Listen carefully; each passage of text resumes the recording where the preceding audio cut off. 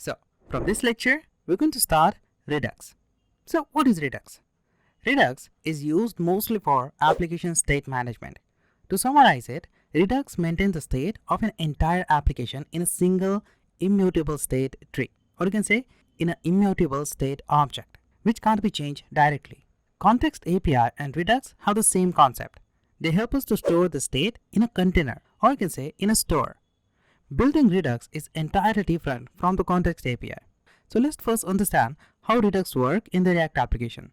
So how Redux works? The way Redux works is simple. There is a central store that holds the entire state of your application. Each component can access the store state without having to send down props from one component to another. There are main three building parts of the Redux: action, store, and reducer.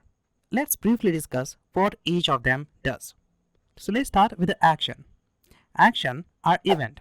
They are the only way you can send the data from your application to the Redux store. In Redux, you send the data to the store using an action event. The data can be from user interaction, API calls, or even from form submissions. Action are sent using the store dispatch method. Action must also have a payload that contains the information that should be worked on by the action. Actions are created via an action creator. For example, to create an action, you just simply create a simple JavaScript object. And inside that object, you have a type of action and a payload. You first specify which type of action you are creating. You can notice here, we are creating a type of create action. And in the payload, we pass the data we want to send to the store. We specify the type, object, and then pass the payload. Payload is just the information we pass to the store when the create event happen, or you can say when the create action happen. Just out of that, we have reducer. So let's see what reducer is. Reducer are pure functions that take a current state of an application, performs an action, and return a new state. These states are stored as an object, and they specify how the state of an application changes in response to an action sent to the store. Basically, reducer takes the current state of the application, and as a second parameter, it takes an action and then return a new state. Understanding how reducer work is important because they perform most of the work. So let's see how to create a reducer. To create a reducer, we simply create a function. You can create a function with a function keyword as well, or you can create a variable and then pass arrow function to it. Here I created a variable reducer and pass an arrow function to it. Inside this arrow function, I have two parameters, state and action. And then I just return updated state to the reducer function. Reducer is a pure function. We're not going to use any external value inside the reducer. That is why we call it pure function. When the action is triggered, we call the reducer of that action and return the initial or the updated state depending on the condition we have in the reducer. Right now you can notice inside the reducer we are returning the updated state. Next we have store. So what is store? Store holds the application state. Inside the store, Redux will store all your state data. It is highly recommended to keep only one store in any Redux application. In the store, you can access the state stored, update the state, and register or unregister the listener via the helper method. Let's see how to create a store. To create a store, you can just simply create a variable, store, and then call a function, create store. We get this function from the Redux library. So before we add this function, we need to import the Redux library inside the file and import this create store function from it. And then we can use this function to create a new store. Action perform on the state always return a new state. So these are three important concepts of Redux. There have been other important concepts as well in Redux. We will look at that step by step. If you want to know more about Redux, head on to redux.js.org. And from this website, you can get more information about Redux. So enough theory. Next, we are going to take a look at how to create a store, reducer, and action in Redux.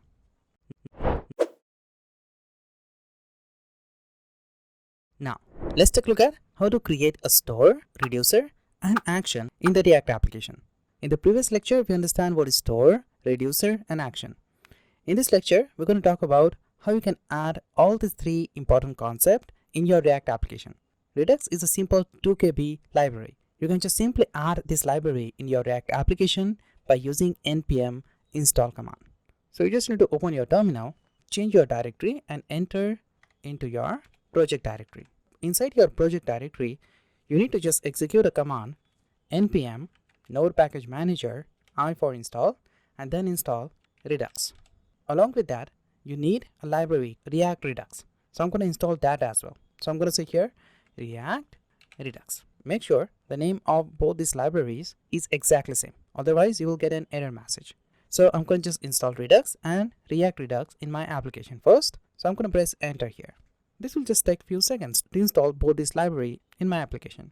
Once I've done that, let me clear the screen, back to my bash 1 and restart my server like this. So let's first understand how to create an action. So I'm going to just create a new folder inside this source folder right here. I'm going to create a new folder and I'm going to name it Redux. And inside this Redux folder, I'm going to create a new file and name this file Redux info.js. Inside this Redux info, let me first create Redux action. So as I said in the previous lecture, action is just a pure JavaScript object. So let me just first create here a comment and say here action. To create an action, we start with a constant keyword, or you can start with the let or var keyword as well. If you don't want to change the value of this object, you can use constant here.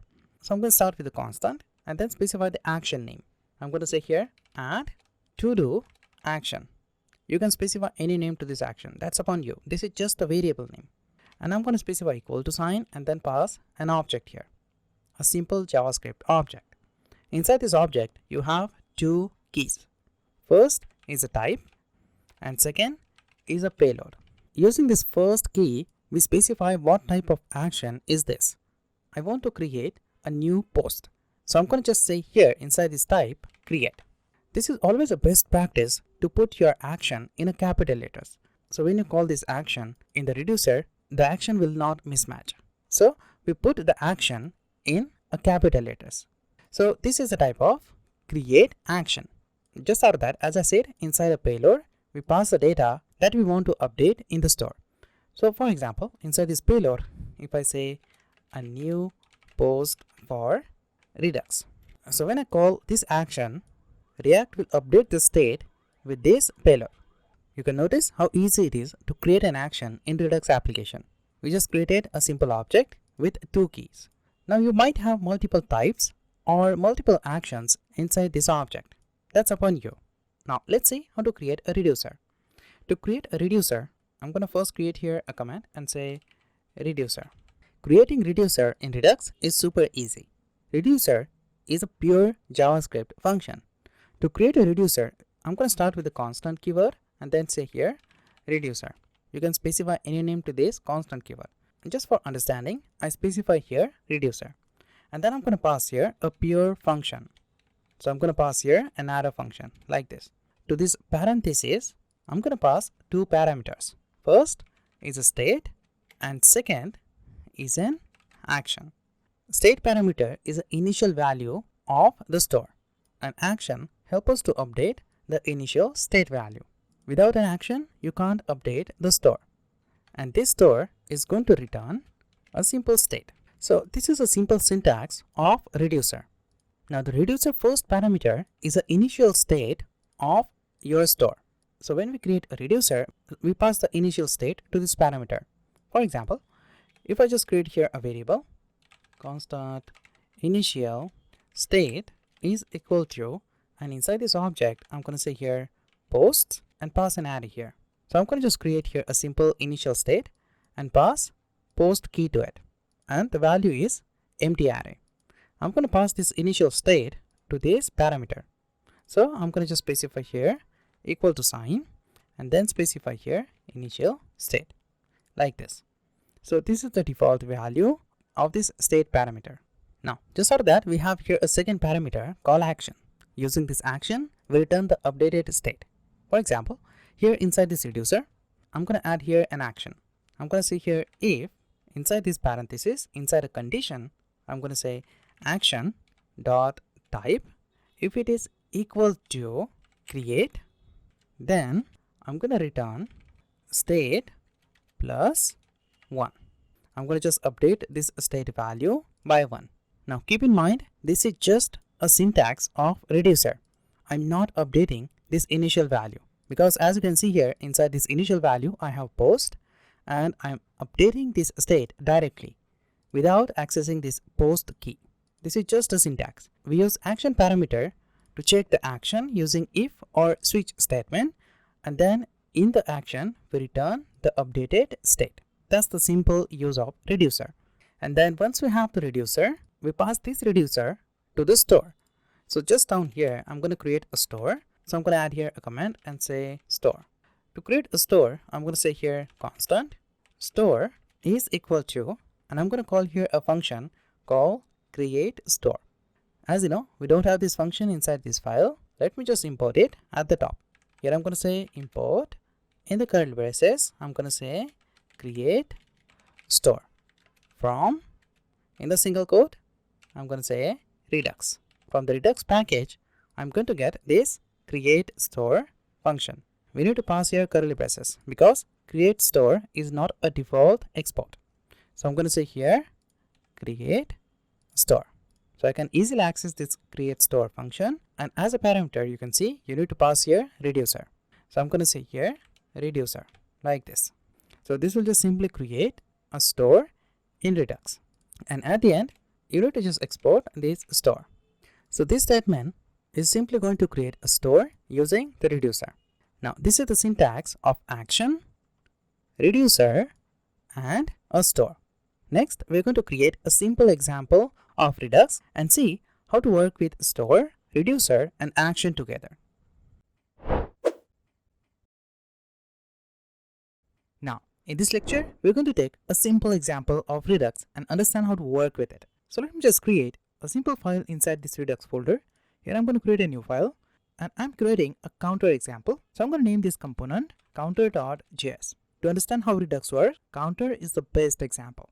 So I'm going to simply create here a file counter.js, and inside it I'm going to create a class component. So I'm going to say here React class component. Don't worry, you can use Redux in the functional component as well. We'll look at that later in this course. So just for now, let's add this counter, and let me just add this counter inside my main component. So let me just copy this counter and let me just add that here. Instead of this multiple context, I'm going to say here counter, and I'm going to just specify here Redux counter.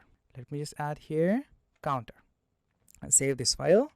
Back to your counter, and inside this division tag, inside this JSX, here I'm going to simply add h2 heading tag and say counter. Just out of this h2, here I'm going to add a division tag again, and inside this div I'm going to add my button.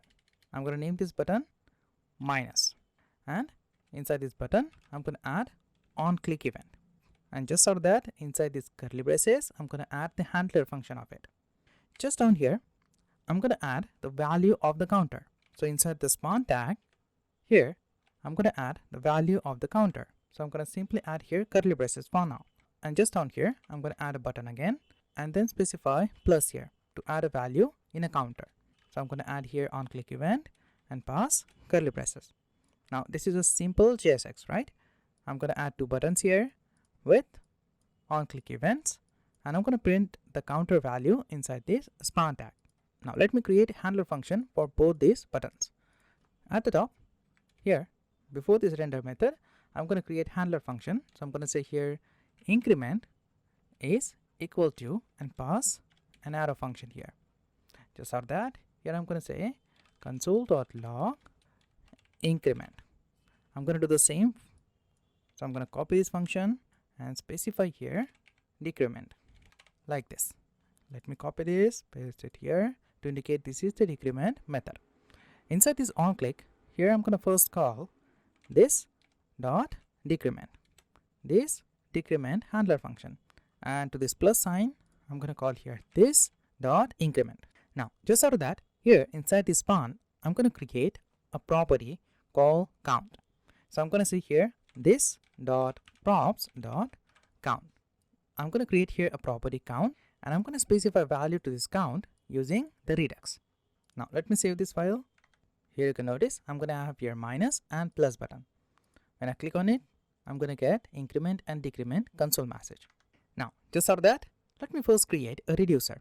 because Reducer performs most of the work. So inside this Redux folder, I'm going to create a new file and name it reducer.js.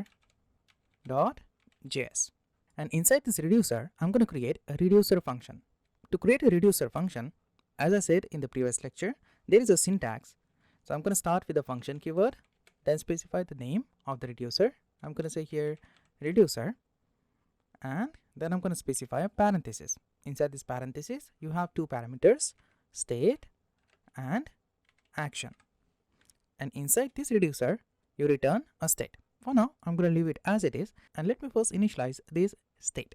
So at the top, here I'm going to create a constant variable and specify initial state is equal to, and here I'm going to create count key with the value 0. So this is the initial value of my count variable. I'm going to pass that to this state. So I'm going to say here equal to sign and say initial state. So this is the initial value of your state. So as I said in the previous lecture, as a first parameter, we pass the initial state of the store, and then as a second parameter, we are going to pass the action. The action we perform using button click, form submission, and so on. Just for that, inside this function, here I'm going to say if action.type is equal to, in the double quote, in the capital letters, I'm going to say increment. If it is equal to increment, then I'm going to execute this if statement. Otherwise, I'm going to add here else if again. Most of the time, you have multiple actions. Using if statement here is not sensible. So what I'm going to do is, I'm going to use here switch case statement. Instead of if statement, I'm going to get rid of this if, and here I'm going to call switch. I'm going to say here switch action.type, and inside this curly braces, I'm going to add my first case. Inside this first case, if the action is equal to increment, then I'm going to return my state. When we click on this button, we're going to pass value to this type property. Don't worry about that. Inside this type, we have the action type. We're going to pass that when we click on the button. For now, just out of this first case, I'm going to add my second case here, just down here. I'm going to add here case, and inside this double quote, I'm going to say decrement, and specify here colon, and specify here my second case. I'm going to return here state. Now you can notice here, I'm just returning the initial value of the state. What I want, when the action is equal to increment, I want to increase the state value by 1. So right now, as you can see here, inside this state, I have this count property. Let me just access it using .count. And I want to increase it by 1. I'm going to say here plus 1. So when the increment action happen, I want to increase the state by 1. The opposite of this, I'm going to minus 1 from the state when the decrease action happen. So here I'm going to say state.count minus 1. Just for that, if nothing match, I'm going to return the default value using the default case. So I'm going to say here default return state. I'm going to return the initial value, this one.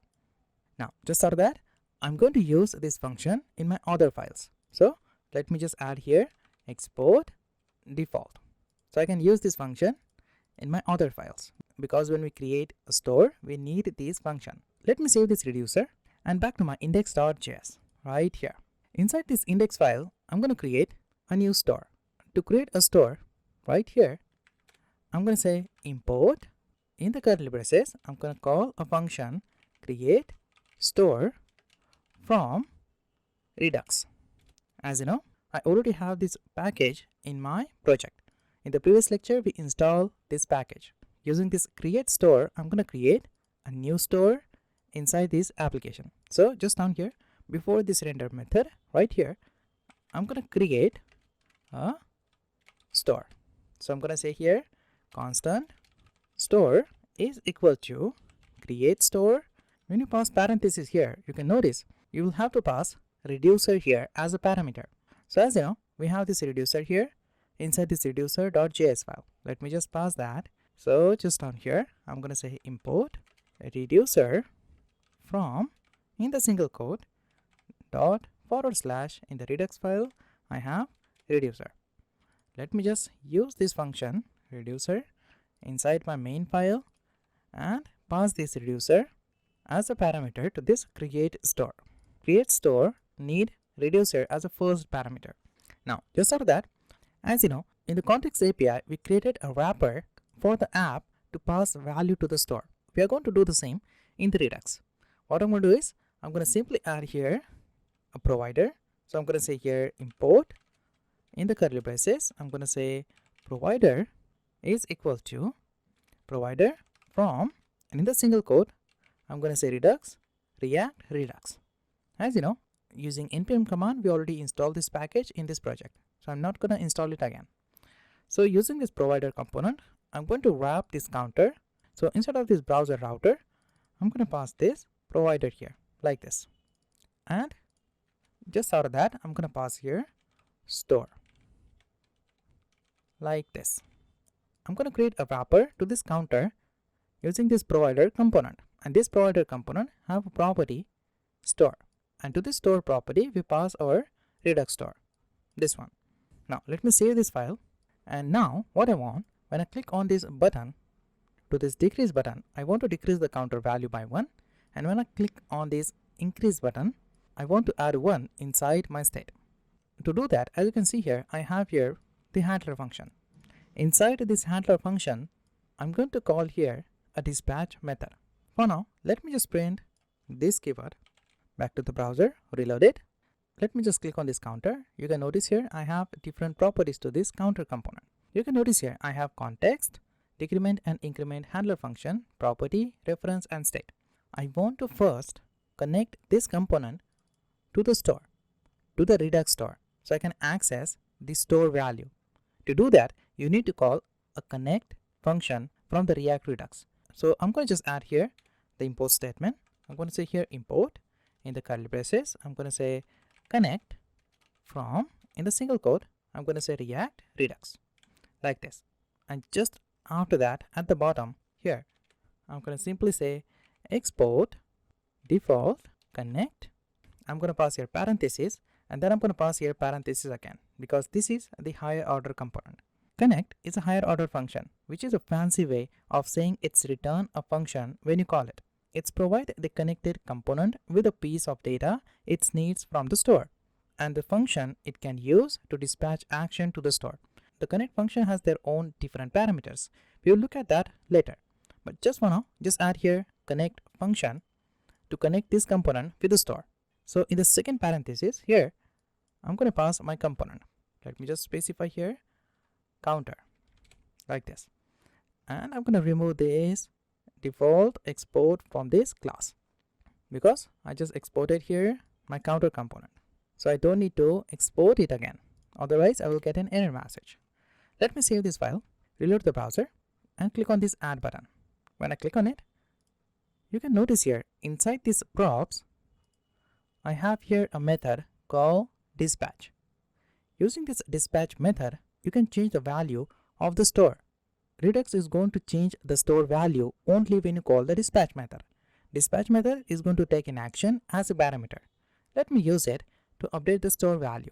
So inside this handler function here, let me just comment this, and here I'm going to say this dot props. As you can see I have these props here, so just out of these props I'm going to say dot dispatch, and I'm going to call here parenthesis, and inside this parenthesis we need to pass an action.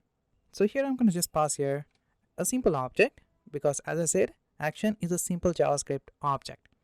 So I'm going to say here object and say type, and it is a type of increment. I'm going to just copy this increment value, this first case, and pass that here. So I'm going to pass here value to this type increment. So when I call this increment, this will call this dispatch method, and this dispatch method is going to execute this first case because inside this action I'm going to have this increment type. So this will just initialize this action with the type increment when I click on this increment handler function. Now just out of that I'm going to do the same for this decrement as well. Let me copy it and specify that here, and this time I'm not going to specify increment, I'm going to specify here decrement When I click on this decrement function, I'm going to execute this decrement action. Let me save this file, reload the browser.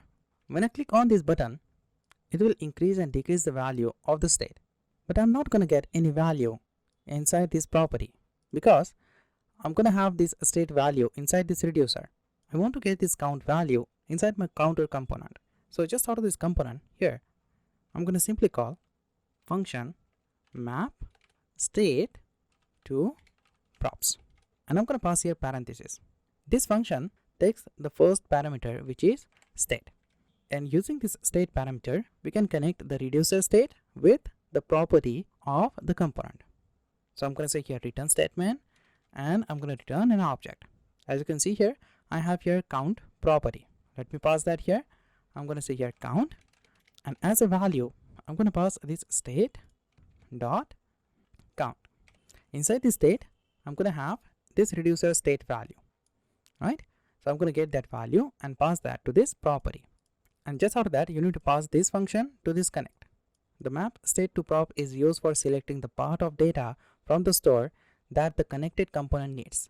A store is supposed to contain the entire state of your application. For large application, this could contain dozens of properties nested many layers deep. It allows you to decouple your component an additional time, which increases the modularity of your code and improves the application performance. So I'm going to just copy this map state to props and pass that as a first parameter to this connect, just like this. You don't need to pass value to this state property because the connect function will automatically pass the reducer state value to this function. Inside this handler function, let me uncomment this console, and when I click on this plus button, you can notice here, just down here inside my props, I have here count property, which is right now undefined. When I click on this button, I want to specify value to this count property. So this function is going to create a property count and specify Redux value to it. Let me just first print this state.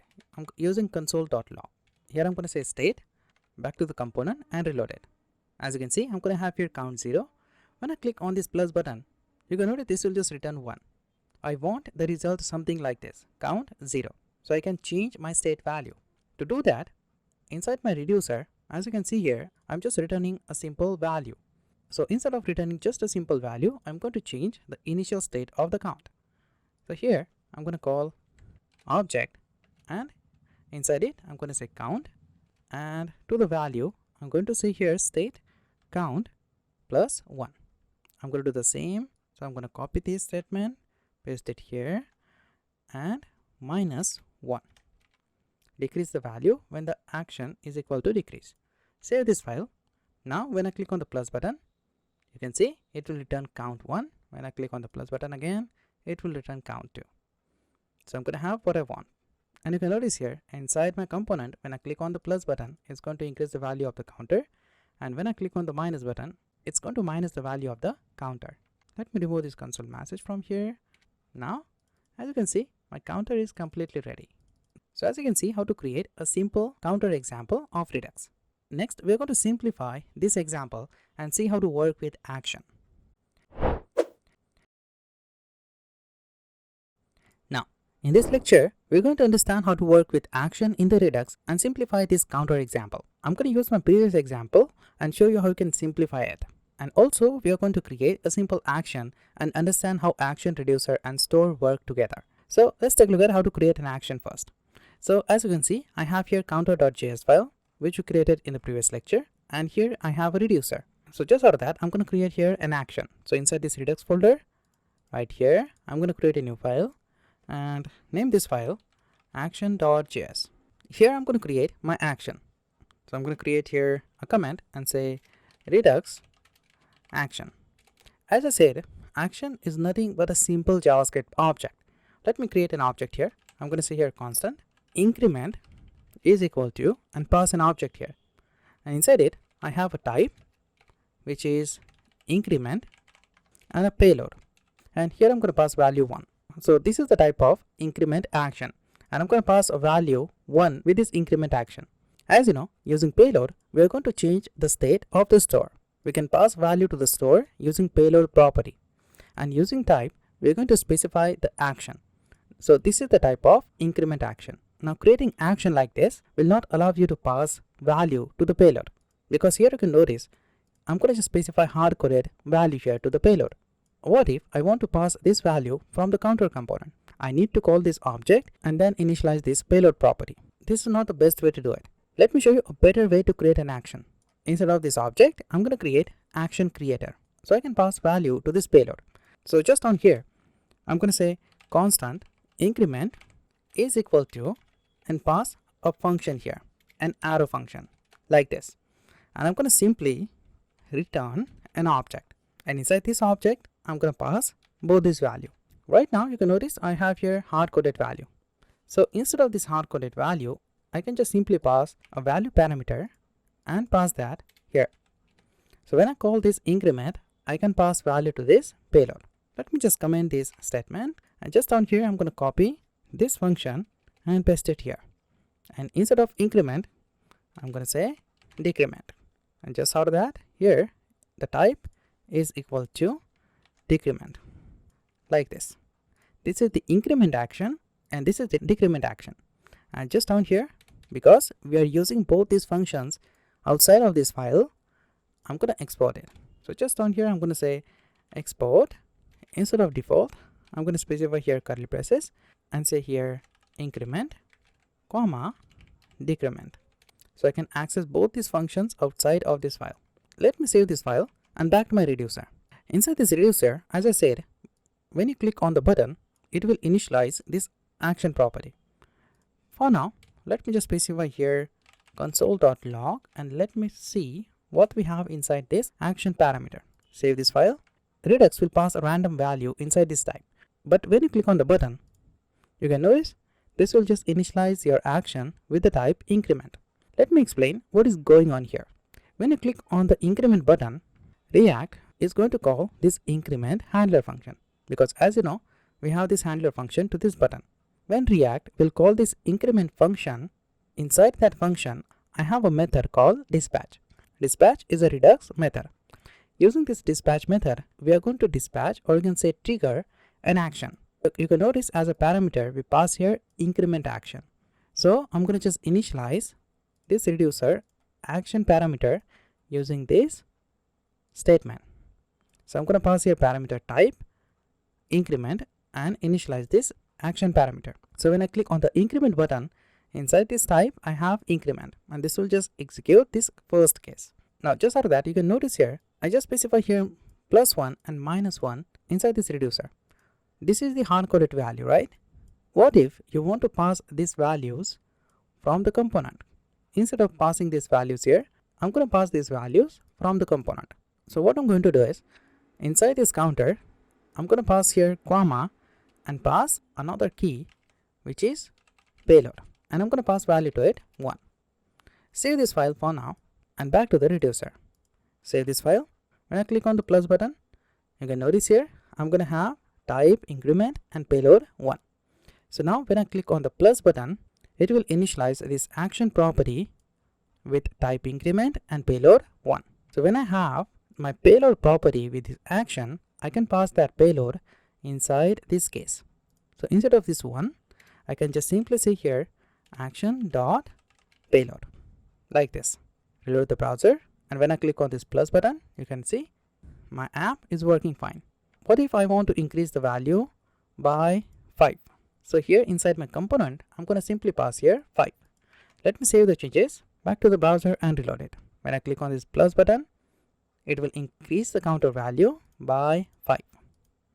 That's easy, right? Just out of that, let me back to the reducer, get rid of this console, and just copy this action payload to this decrease action, like this. Save this file and back to the counter. And inside this counter, to this decrement, I'm going to pass here comma and say payload 1. I'm going to decrease the counter value by 1. Let me change this 5 to 1. Now let me save the changes. I reload the browser and click on these buttons. My app, oops, I think I misspelled here. Payload, save this file, and when I click on this button, my app will work fine. Just out of that, as you can notice here, I'm creating my action inside these parameters.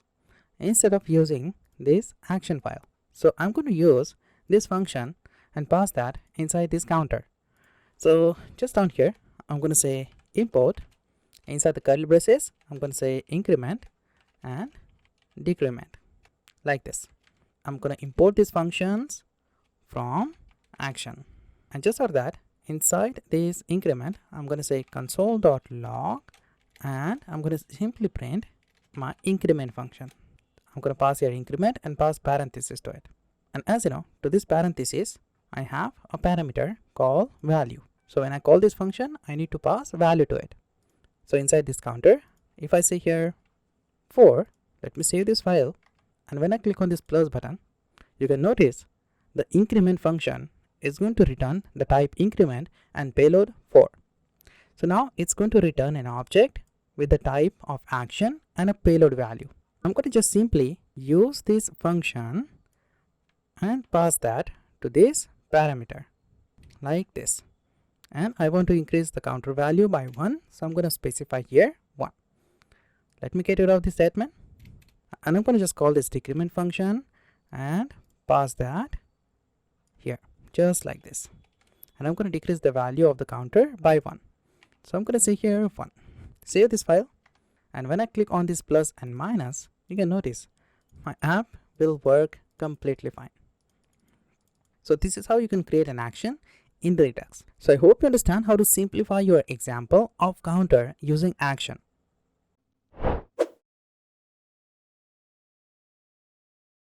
Now, in this lecture, we're going to take a look at the different methods of the Redux store. We will look at how to work with these store methods in the Redux application. As you know, when you create a store, we pass reducer as a parameter. So the store can call a listener for the action. Store has its own methods.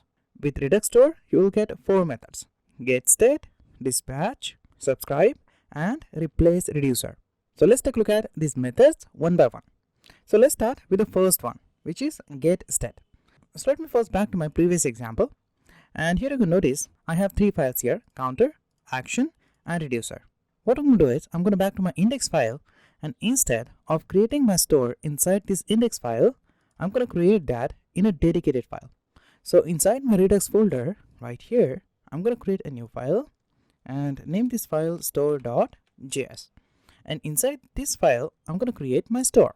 So I'm going to simply first import create store from Redux.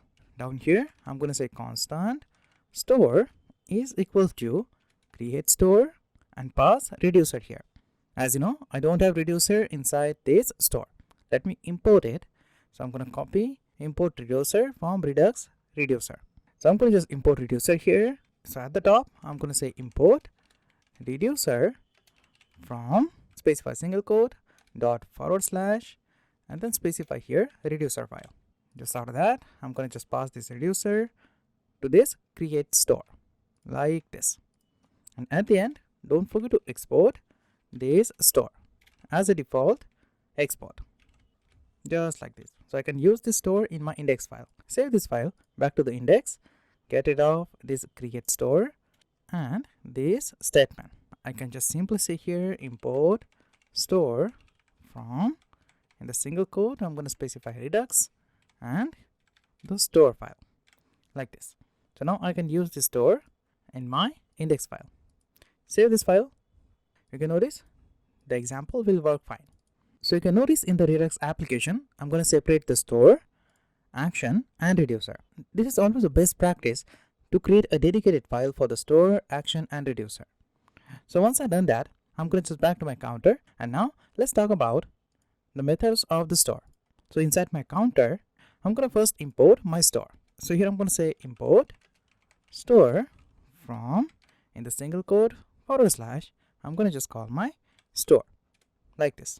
Just after this import statement, here I'm going to say console.log and print in the double quote initial state.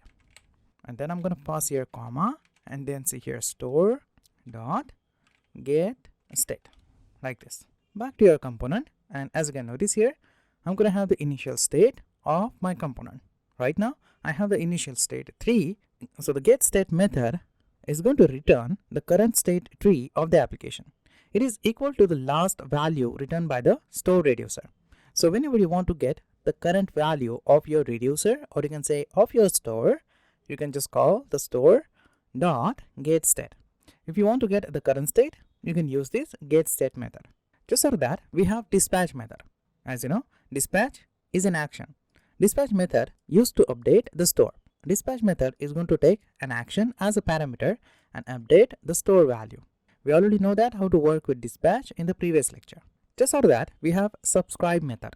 So just down here, let me create that method. I'm going to say here store dot subscribe. And in the parenthesis, this method takes the function as an argument, or you can call it a callback function. So I'm going to pass here a callback function like this, and inside it, I'm going to say console.log, and in the single quote, I'm going to say state after dispatch.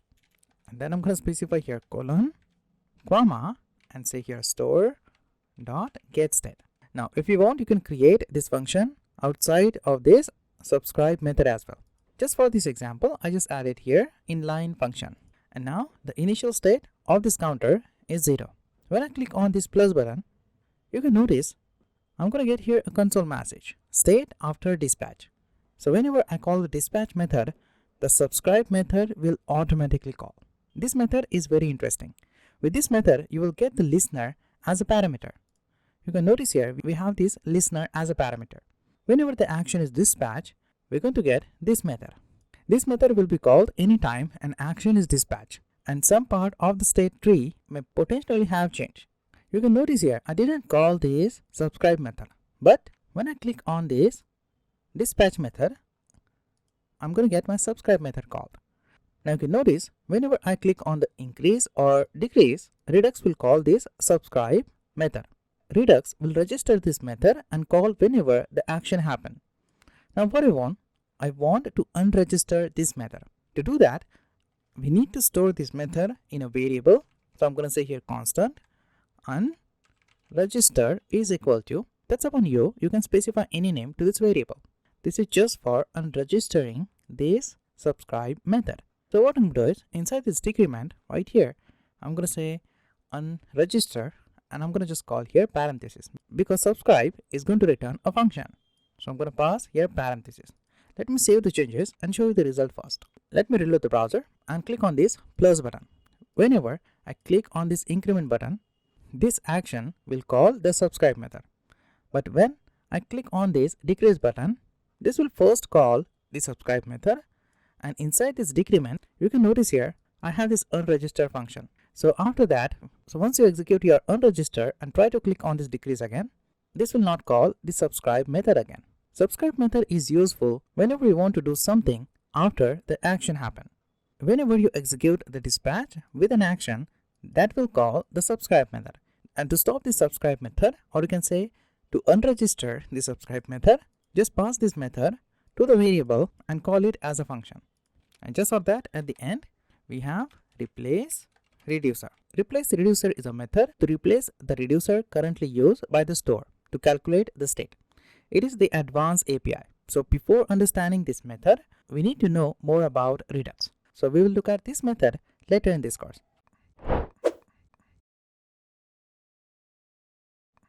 Now, in this lecture, we're going to learn how to create a Redux store using a functional component. We're going to create a simple example of a Redux application and create that example using a functional React component. Using functional React component, it's super easy to create a Redux store. You need to just use some React Redux hook. So let's take a look at how to create it. I'm going to create a new folder inside this Redux. Right here, I'm going to create a new folder and name it functional. So I'm going to say here fn example, or you can say fn redux. Inside this fn redux, I'm going to create a new file and name it example.js. So here inside this file, I'm going to create my functional component. So I'm going to say here React functional component, and I'm going to just import that inside my main index file. Right here, I'm going to just import that example like this. Get rid of this counter, specify here fn redux and example. Now here inside this example, inside the JSX, I'm going to create two buttons. So So I'm going to say here button, and inside it I'm going to say car, and I'm going to call here on click event like this. Just for that, just down here I'm going to call h1 heading tag, and inside this I'm going to simply print a variable. So I'm going to create here a variable counter vehicle like this. Just for that, I'm going to copy this button and paste it here again, because I'm going to create two buttons here. The second button I'm going to name is bike. Now what I want, when I click on this first button, I want to print it's a car, and when I click on the second button, I want to print it's a bike. That's it. That's a simple example we're going to create in this example, but with using functional React component. So just for that, here inside this fn Redux, I'm going to create a new file and name it action.js. As you know, in the Redux you need action. Let me close all these files and back to my action.js, and here I'm going to create my action. As you know, we can create an action using a simple object, or we can create a simple action creator. Now let me show you how to use object and create an action.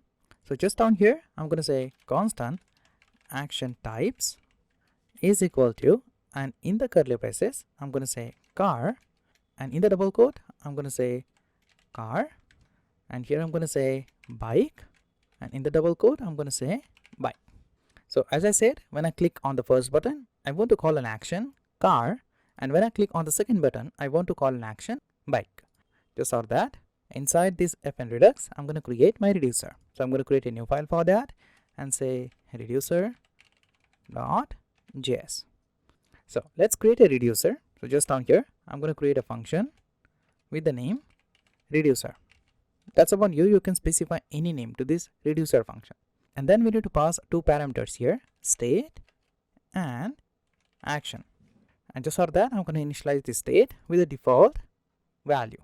So instead of creating a new variable for that, I'm going to specify here equal to sign, and in this object I'm going to specify vehicle and specify empty value to it. So I'm going to just specify empty value to this vehicle key. Just for that, inside this reducer I'm going to call here switch statement. So I'm going to call here switch. Inside a parenthesis I'm going to say action dot type, then specify curly braces, and here I'm going to create my first case. As you can see here, I have here an action car. So I'm going to just use here car like this.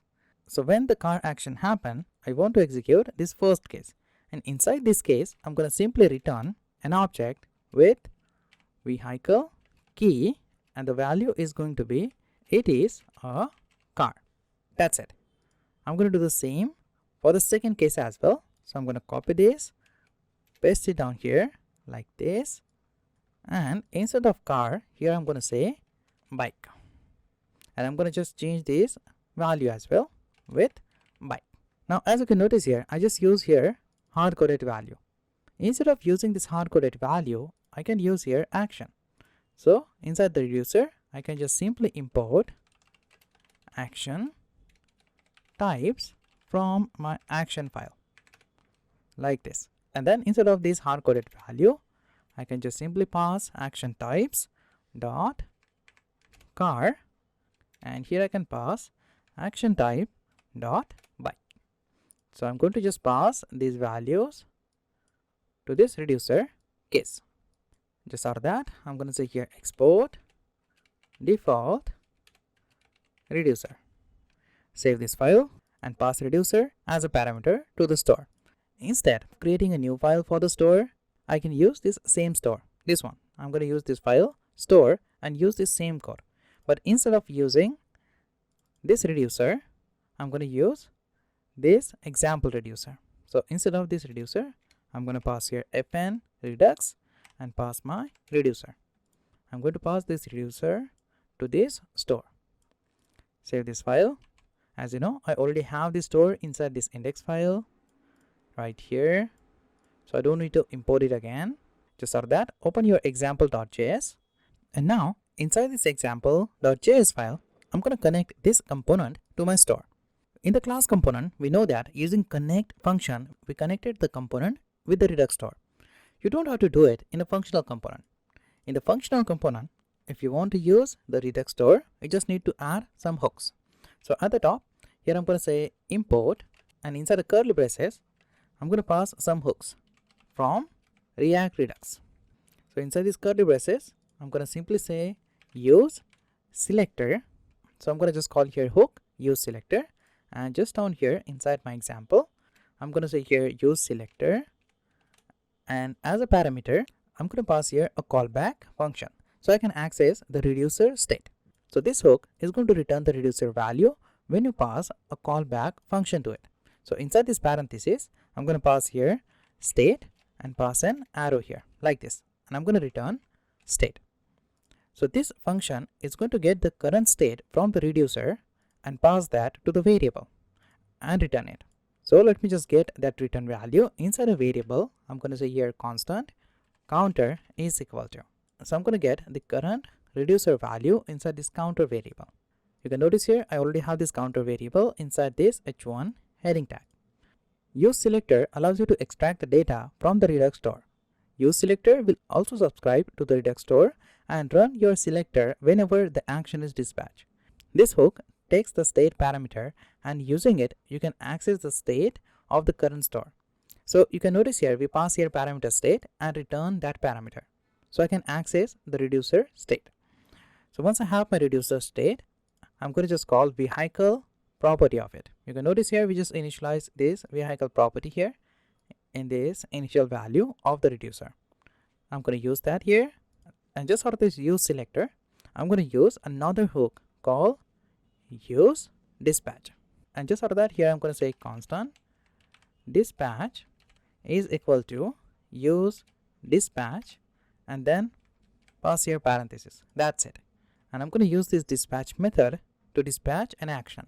Dispatch is a hook, refers to the dispatch function from the Redux store. In the previous lecture, we understand how to use dispatch method with a class component.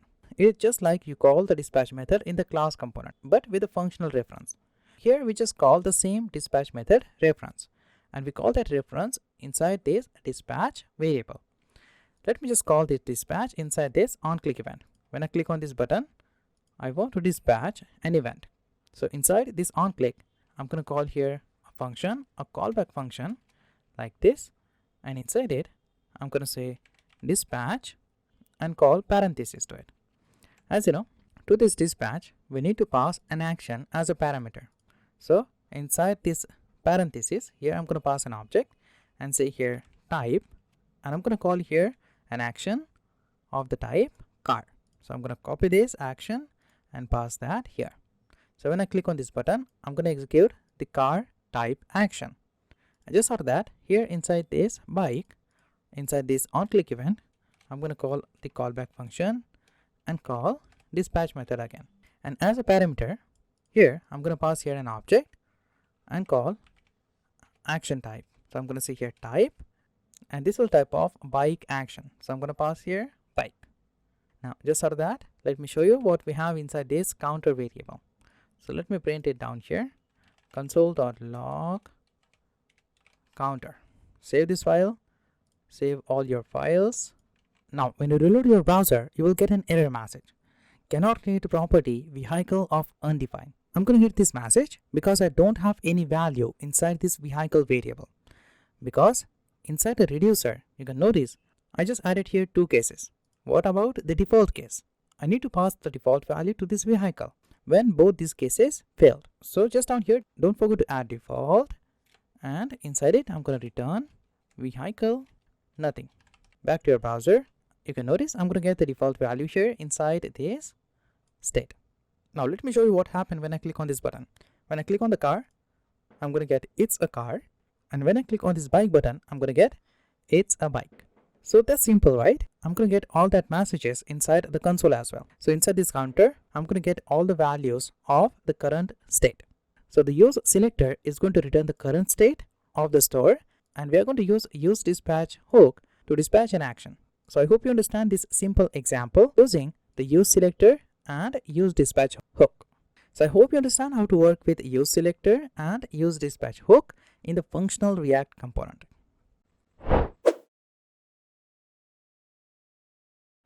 Now, in this lecture, we're going to learn what is ConbineReducer of Redux. We're going to understand how to use ConbineReducer helper function of the Redux in the React application. So let's see what is ConbineReducer function is. The ConbineReducer helper function turns an object those values are different reducing functions into a single reducing function you can pass to create store.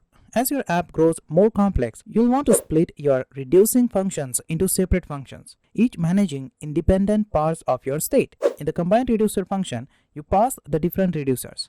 The resulting reducer call every child reducer and gather their result into a single state object. The state produced by the ConbineReducer function namespace, the state of each reducer under their keys as passed to the ConbineReducers. Let me explain what this means. Just take a look at this ConbineReducer method. Here I'm going to create a root reducer and I'm going to pass ConbineReducer helper function to it. And inside a parenthesis, I'm going to pass two reducer functions here. First is a to-do reducer and second is a counter reducer. I'm going to pass both these reducer function as an object. So the ConbineReducer function will grab both this reducer function and create a single state object. This statement will produce a single state object just like this. And inside both this object, we have different properties. You can use ES6 property shorthand notation as well to create this. For example, if you use ConbineReducer and if you pass counter and to-dos like this, then this is equivalent. Now let me create a very simple example to show you how you can use ConbineReducer in the Redux application.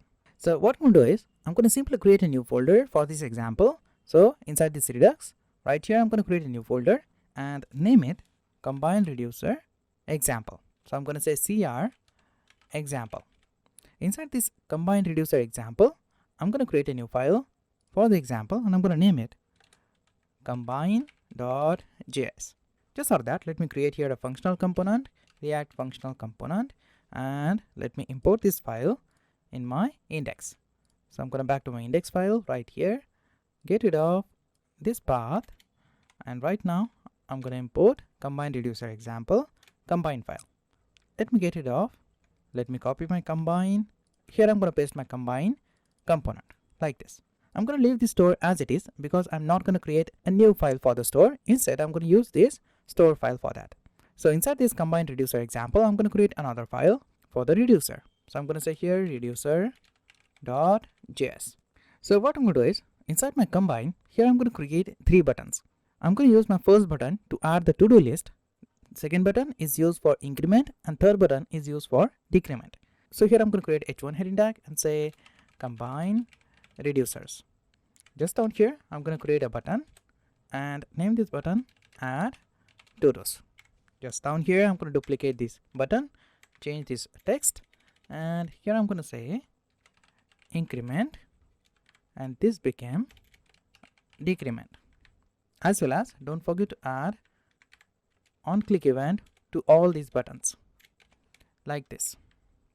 So I'm going to add here on click event to all these buttons. Just for that, I'm going to back to my reducer and here I'm going to create two different reducers. First for the to-dos and second for the counter. So to create a reducer, as you know, we start with a function keyword and specify the reducer name. I'm going to say here to-dos. Inside the reducer, we have two parameters, state and action. I'm going to initialize the state with an empty array. So I'm going to specify here equal to sign and specify here an empty array. Just for that, inside this, I'm going to add here switch statement, and inside this parenthesis, I'm going to say action.type, and in the curly braces, I'm going to create my first case. Inside my first case, in this double quote, I'm going to say add to do. Just for that, inside this first case, I'm going to return state dot concat, and then I'm going to concat the value with action payload. So inside this array right here, I'm going to add my to do. So I'm going to pass that array here, and inside it I'm going to say action dot payload. I'm going to get the value from the component. Just for that, just down here I'm going to add here default, and I'm going to return state, the initial state of this reducer. So this is my first to do reducer. Just down here I'm going to create my second reducer. So I'm going to say here function counter, pass your state and action parameter. To this state I'm going to specify initial value which is 0. Just down here I'm going to say switch In the parentheses, I'm going to say action.type, and inside it, I'm going to create my first case. So I'm going to say here case increment, and in the first case, I'm going to say return state plus 1. In the second case, in the single quote, decrement, and if the action is equal to decrement, I'm going to return state minus 1. Don't forget to add here default case. So I'm going to say here default and return a simple state, just like this. So as you can see here, we have two reducers. Now what I'm going to do is I'm going to add this reducer to my store.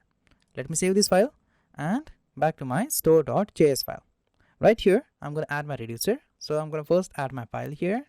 So here I'm going to say ./CR example and add here reducer file. From this reducer file, I'm going to export this to do and this counter. So let me just add here export statement, export to do's and export counter. Save this file, back to the store, and as you know, we can access both these functions inside a curly braces. I'm going to pass here curly braces, say here to do's and counter, like this. Just for that, you don't need to pass both these functions to this parameter. Instead, you need to create here a variable. So I'm going to say here constant reducer is equal to, and here you need to call ConbineReducer function. You can notice here when I call this ConbineReducer, this will automatically import in these curly braces. So when you want to use ConbineReducer, you need to first import it using Redux module. So once you import that, inside this parenthesis, just pass an object, pass here my first reducer to do's and the second reducer, which is counter, like this. Just down here inside this store, I'm going to pass this reducer, this one, just like this. Now let me save this file and back to my combine.js file. Inside this file, let me first import some Redux hooks. We already know that how to import the Redux hooks. So I'm going to say here curly braces and I'm going to specify hooks from React Redux, and I'm going to import use selector and use dispatch hooks. I'm going to use both these hooks inside this example. So I'm going to first import that and just out of this combine right here inside this function, I'm going to say constant counter is equal to, you can specify any name to this variable, that doesn't matter, and specify here use selector, and in the parenthesis, as you know, this will return a state. So I'm going to say here state, specify an arrow and return a simple state. We all know how to use this use selector. We already learned that in the previous lecture. Just for that, I'm going to say here constant dispatch is equal to, and then specify here use dispatch hook, like this. Let me just console this counter so you'll understand what is happening. Just down here, don't forget to call a dispatch method. So when I click on the button, I'm going to change the store. So inside this on click, in the first on click right here, I'm going to call an arrow function and specify here dispatch, and inside this parenthesis, I'm going to pass my action. The action is a type of add to do, and as you know, we're going to get the values from the user. You can notice here we have the payload property as well. Let me pass that here. So I'm going to say here payload, and inside the payload I'm going to pass add to do's. I'm going to add another dispatch method. So I'm going to say here arrow, call the dispatch method like this and pass my action type. So I'm going to say here type, and it is the type of increment. So I'm going to say here increment, and just down here I'm going to add another arrow function with the dispatch method, and in the parentheses I'm going to specify type, and it is a type of decrement, like this. Now I'm going to save this file. You can notice here when I reload the browser, I'm going to have here ConbineReducer title, and I'm going to get here three buttons: add to do's, increment and decrement. You know that I have two reducer for this example. You can notice here the initial state of this counter is something look like this.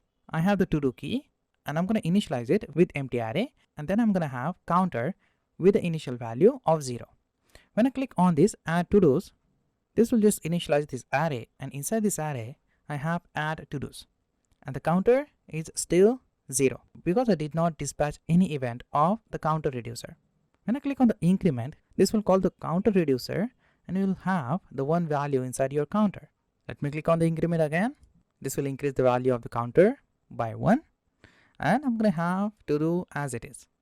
Let me click on the decrement. This will decrease the value of the counter by 1, and when I click on the add to do again, this is going to add the to do inside this array. You can notice here. So basically, the ConbineReducer is going to combine two reducer and create a single object. I have to-dos reducer and a counter reducer. Both are working together using ConbineReducer helper function. Practice with this example to understand how to work with ConbineReducer. Next, we're going to see how to use applyMiddleware helper function.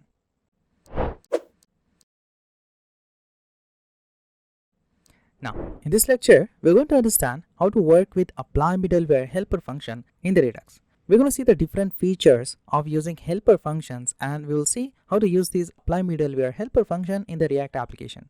One of the more interesting concepts in Redux is to include the custom middleware functions to the dispatch method of your store. So what is a middleware function is? Redux middleware functions provide a medium to interact with dispatch action before they reach to the reducer. Each middleware receives the store dispatch so that they can dispatch a new action, so that they can access the current state and return a function. The common use case for middleware is to support asynchronous actions. Isn't it interesting? It is. So let's see how to work with middleware functions in the Redux application. So let me just back to my previous example and then show you how you can work with middleware functions. So I'm going to back to my store.js file, and inside this file, I'm going to create my middleware. That's upon you. You can create a dedicated file for that as well. Just for now, I'm going to create a new function for the reducer. So just after this reducer, right here, I'm going to create a new function. So I'm going to say here constant. I'm going to name this middleware log middleware. That's upon you. You can specify any name to this middleware. This is just a function. When you create a middleware, you're nesting a functions. You're creating a function inside another functions. So to create a middleware, you need to start with a function. I'm going to use here arrow function just like this, and this function is going to take first argument, which is store. This function nests another function, or you can say inside this function we have another function. So I'm going to call here parentheses and the arrow again like this. So inside this function I have this function. This is what we call a function nesting. Inside this parenthesis we can get the next parameter. Inside this second function I have another function by specifying parentheses and an arrow just like this. Now you can notice here I have three functions. Inside the first function we have the store parameter, inside the second function we have next parameter, and inside this third function we have the action parameter. Now this is the syntax of the middleware. Now let me show you what we have inside these parameters. So just down here inside this middleware function, I'm going to simply say console.log, and inside it I'm going to print previous state, and I'm going to just specify here comma, call the store dot get state. As you know, we have get state method to the store object, so I'm going to just access that, specify here colon, and just down here I'm going to pass next and pass here action parameter. Now just after that, what you need to do is you need to pass this middleware function as a second argument to this create store. Instead of just passing this function, you need to call here another helper function, which is applyMiddleware. So I'm going to say here constant middleware called. I'm going to create here a constant variable. That's upon you. You can specify any name to this variable.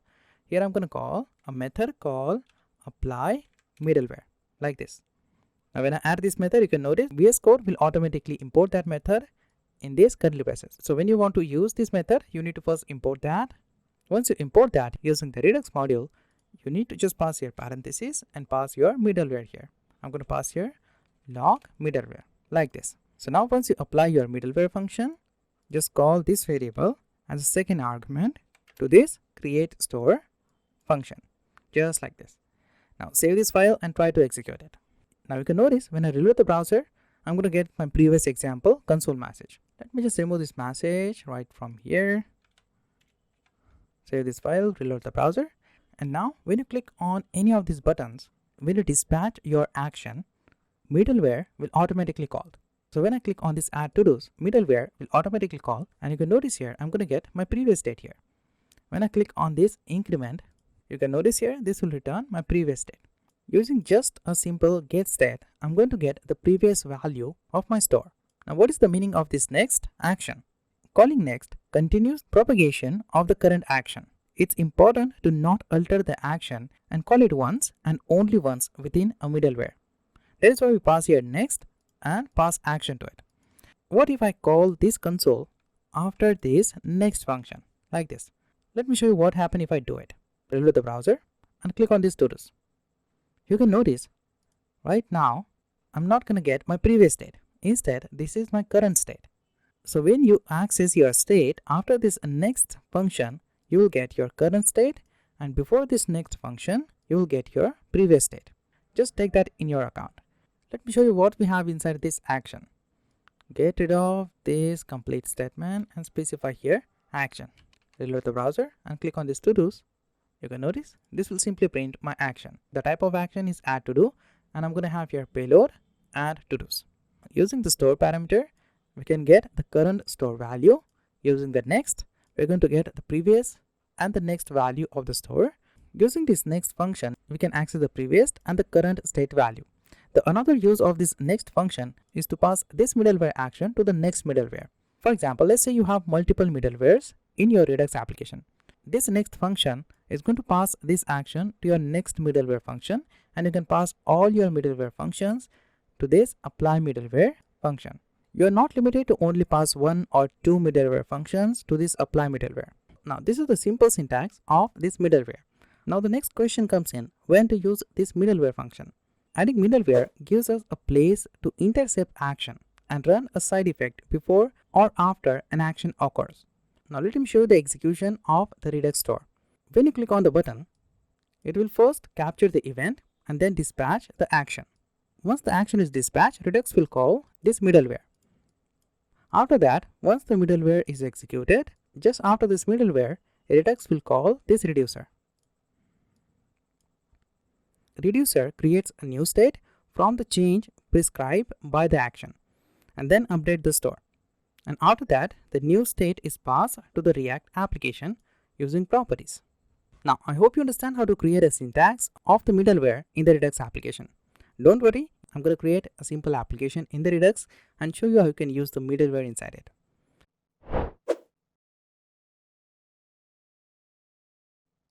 Now, in this lecture, we're going to learn how to use the BindActionCreator helper function in the Redux application. Normally, we should just call a dispatch directly on our store instance. If you use Redux with React, React Redux will provide you with a dispatch function so you can call it directly too. The only use case for BindActionCreator is when you want to pass some action creators down to a component that isn't aware of Redux. Let me show you how to use this BindActionCreator helper function in the Redux application. I'm going to use my previous example to understand how this helper function works. So I'm going to use this reducer and this combine file. But before that, I'm going to create my action file. So I'm going to create a new file here and say here action.js. Inside this file, I'm going to create my action. So I'm going to say here export function add to do. I'm going to create action creator here like this. And I'm going to pass here parameter text. Just out of that, this action creator is going to return an object, and I'm going to specify action type, which is add to do. And then here I'm going to pass text. Just out of that, let me copy this function and paste it here. And I'm going to change this function to remove to do. Inside this text, I'm going to specify ID, and I'm going to change this type as well. I'm going to say here remove to do, and I'm going to change this text to ID, just like this. Just out of that, I'm going to back to my reducer. Inside my reducer, I have here a to-dos function. Inside this to-dos function, I'm going to have here a case add to do. You can notice here inside my action, I have my first action add to do. What you need to do is you need to create a remove to do inside your reducer right here. You need to create a second case of remove to do. That is the exercise for you. I'm going to leave this as it is and back to my combine.js file. Inside this file, let me just get rid of this functional component, and now I'm going to create here a class component. So here I'm going to say React class component, and then I'm going to get rid of this import statement. Just out of that, let me just export this combine using the connector. So let me first connect this class to the store. Let me get rid of the export statement, and just down here I'm going to say export default, and then I'm going to specify connect. Inside this second parenthesis I'm going to specify my component. So I'm going to say here combine, like this. So once I connect my class, I can access the dispatch method using this class. So inside this class I'm going to create a constructor like this with super method, and I'm going to pass here props. Just down here inside this constructor I'm going to get the dispatch function. So I'm going to say here constant using curly braces. I'm going to say here dispatch is equal to props. So this will just get the dispatch method from this combine component. Just down here I'm going to call the component lifecycle hook, which is component date mount. I'm going to just call this dispatch method inside it like this. This time I need to pass here this, because without this keyword I can't access the properties of this component. And now just for that I'm going to use BindActionCreator function. So at the top, let me first import that function. So I'm going to say here import in the curly braces. I'm going to say from Redux, and from this Redux module I'm going to import BindActionCreator. Just for that I need my actions as well. So I'm going to say here import star as to do action creator, and I'm going to say here from, in the single quote I'm going to specify my action file like this. So from my action I'm going to import all my export functions and store that in this object, so I can access all my functions one by one using this object. Just for that, inside this constructor here I'm going to set this dot bound action creator is equal to, and then I'm going to call here bind action creator helper function, and inside this parenthesis you need to pass your action and the dispatch method. As you know, we have the action here, this one, to do action creator. I'm going to pass that here. So I'm going to say here to do action creator like this, and as a second argument you need to pass dispatch method. So as you can see here I have here a dispatch method. Let me just pass that here dispatch. Now using this statement I just bind the action with the dispatch method. Now just for that let me just print, I'm going to say here console.log bound action creator like this. Just down here inside this component date mount, here I can just simply say let action is equal to do action creators dot add to do, and I'm going to just pass here a text called use Redux. I'm going to pass value to this text parameter.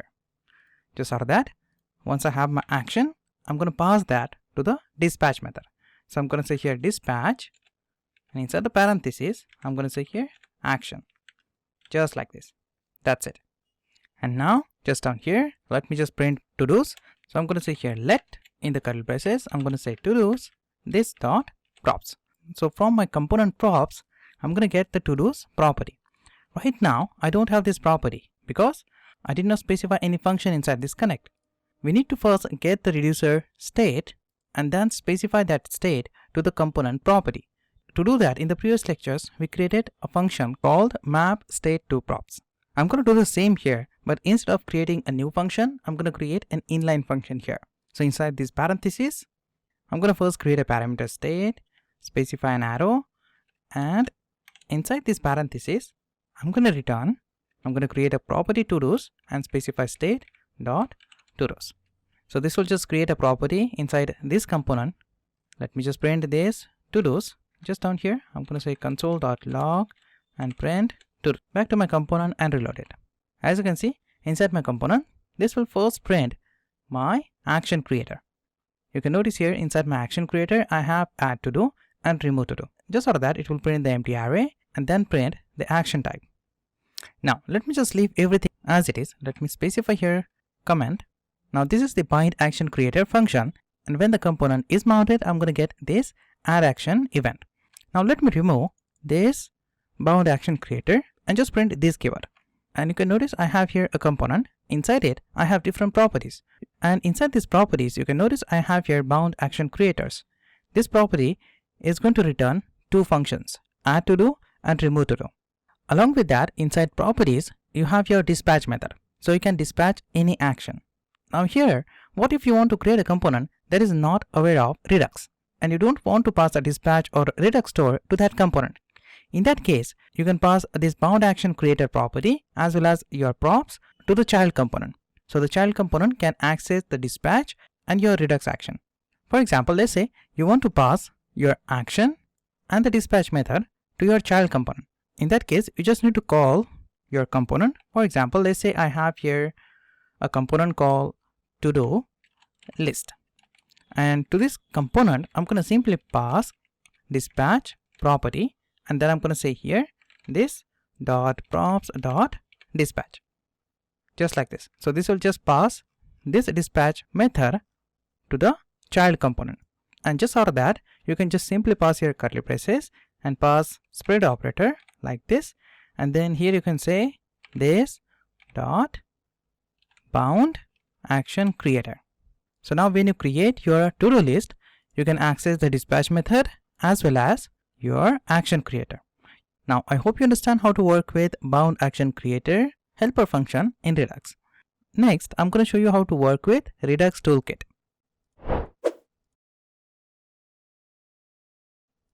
Now, in this lecture, we're going to learn how to work with Redux Toolkit. Redux Toolkit is a standard way to write the Redux application logic. Redux Toolkit contains packages and functions that we can think are essential for building a Redux app. Redux Toolkit, built in our suggested best practices, simplifies most Redux tasks, prevents common mistakes, and makes it easier to write Redux application. Redux Toolkit makes it easier to write good Redux application and speed up development. The Redux Toolkit was originally created to help address three common concerns: configuring a Redux store, save us from importing lots of packages to do anything useful, and the third concern is Redux requires too much boilerplate code. So Redux Toolkit will solve these common problems. So let me just create a simple example to explain how you can use Redux Toolkit in your React application. So what I'm going to do is, I'm going to first open my terminal. Let me just stop my development server, clear the screen, and then I'm going to install the Redux Toolkit. Redux Toolkit is not built in, so you need to first install it in your React application. So I'm going to say here npm I for install, and then I'm going to say add redux.js /toolkit. Let me install this in my application. So I'm going to press enter. Now once I have this package, let me clear the screen, start the development server again. Let me close this, and now I'm going to create a new folder for this Redux Toolkit. Inside this Redux, I'm going to create a new folder and name it Toolkit. And inside this toolkit, I'm going to create a simple example to understand how to create a Redux toolkit. I'm going to first create a new file and name this file store.js. To create a store in Redux Toolkit, you need to first import the Redux.js toolkit. So to do that, you need to first simply say here import statement, and in the curly braces, you need to just import the function called configure store from @Redux.js toolkit. So from this package, you need to import a function called configure store. And using the store, we're going to create the Redux store. So just down here, I'm going to say here export default, and then I'm going to say here configure store, and in the parentheses, I'm going to pass an object. And here, this configure store is going to take a reducer as a parameter. So I'm going to say here reducer, and here you need to pass your reducer in this object. For now, I'm going to leave this as it is, and inside the curly braces, you need to pass your reducer. I don't have my reducer, so let me create a new reducer. So let me save this file, close all these unwanted files from here, like this, and inside this toolkit, I'm going to create a new file and name it reducer.js. And just out of that, I'm going to create another file here inside this toolkit and name it counter.js. Inside this counter file, I'm going to create a simple example of counter. Instead of writing the same code again and again in every example, let me copy my previous code and specify that here. Now let me explain this component. I'm going to first create a counter function. Inside this function, I'm going to use the hook called useSelector and useDispatch. You all know how to work with both these hooks. Just out that, inside this JSX, I'm going to create two buttons. First for the increment and second for the decrement. And inside this parenthesis, I'm going to call action. So as you can notice here, I'm going to call here reducer, and inside this reducer I have these functions, this increment, this decrement, and this select count. When working with Redux and Redux Toolkit, your component will be same, but the difference is your store and your reducer will be different. You can notice here inside the store I use here configure store function to initialize my store, or you can say to create a store. Just out of that, let me back to the reducer and create a new reducer inside this application. To create a reducer, you need to call a function create slice from the Redux Toolkit. So at the top, I'm going to say import from, and then I'm going to specify Redux Toolkit.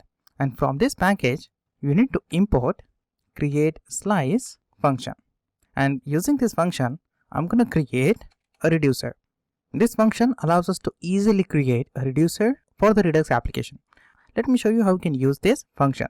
Just down here, I'm going to say export constant slice is equal to, and I'm going to call here create slice. And in the parenthesis, as an object, I'm going to pass different properties.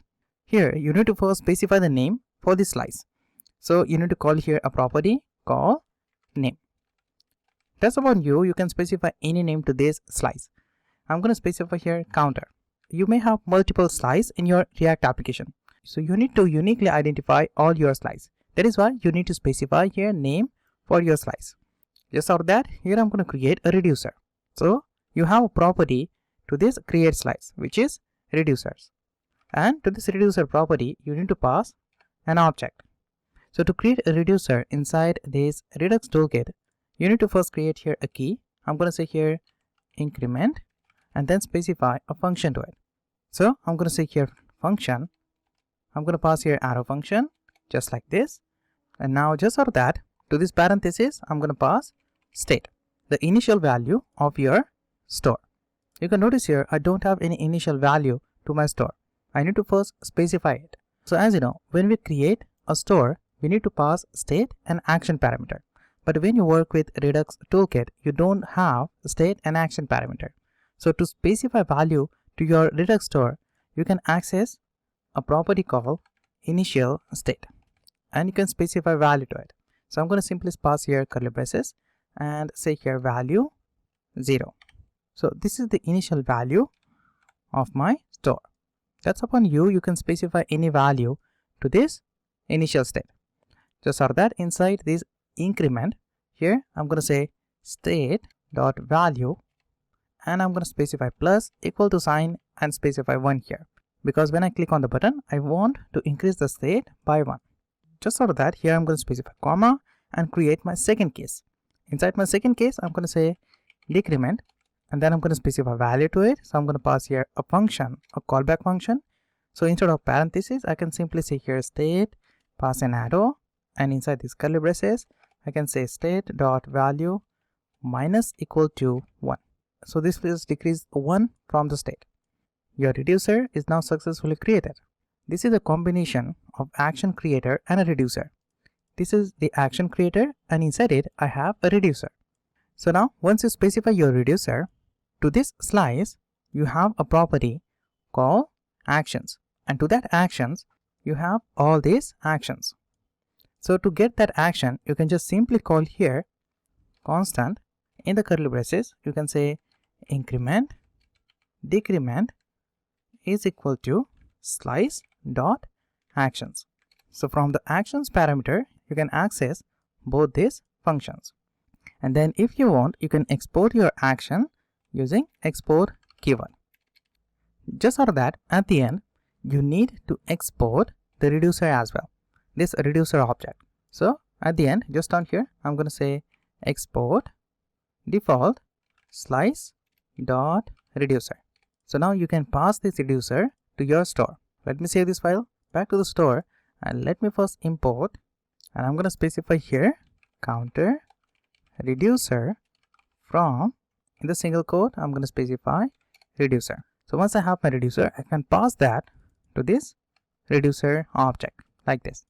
So now your store is now successfully configured.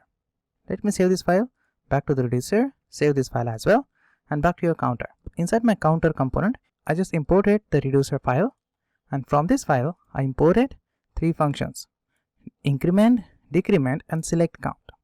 We already created the increment and the decrement action. Let me create this function, and I'm going to show you what is the use of this function after a few seconds. Let me first create it, and just up here, I'm going to say export count is equal to, and then I'm going to specify here state, and then I'm going to simply return a state. Let me first show you the result. I'm going to say here console.log, and I'm going to print here state. Save this file, back to your index.js, and let me just import counter here. Instead of this combine, I'm going to say here counter from Redux Toolkit. From the toolkit, I need this counter component. Just for that, let me just import my store as well. Get rid of this, specify the toolkit and my store file. I'm going to get here counter reducer, and inside it I have here a value. Let me just access it. So here I'm going to say dot counter reducer. When I reload the browser, you can notice I'm going to have value 0.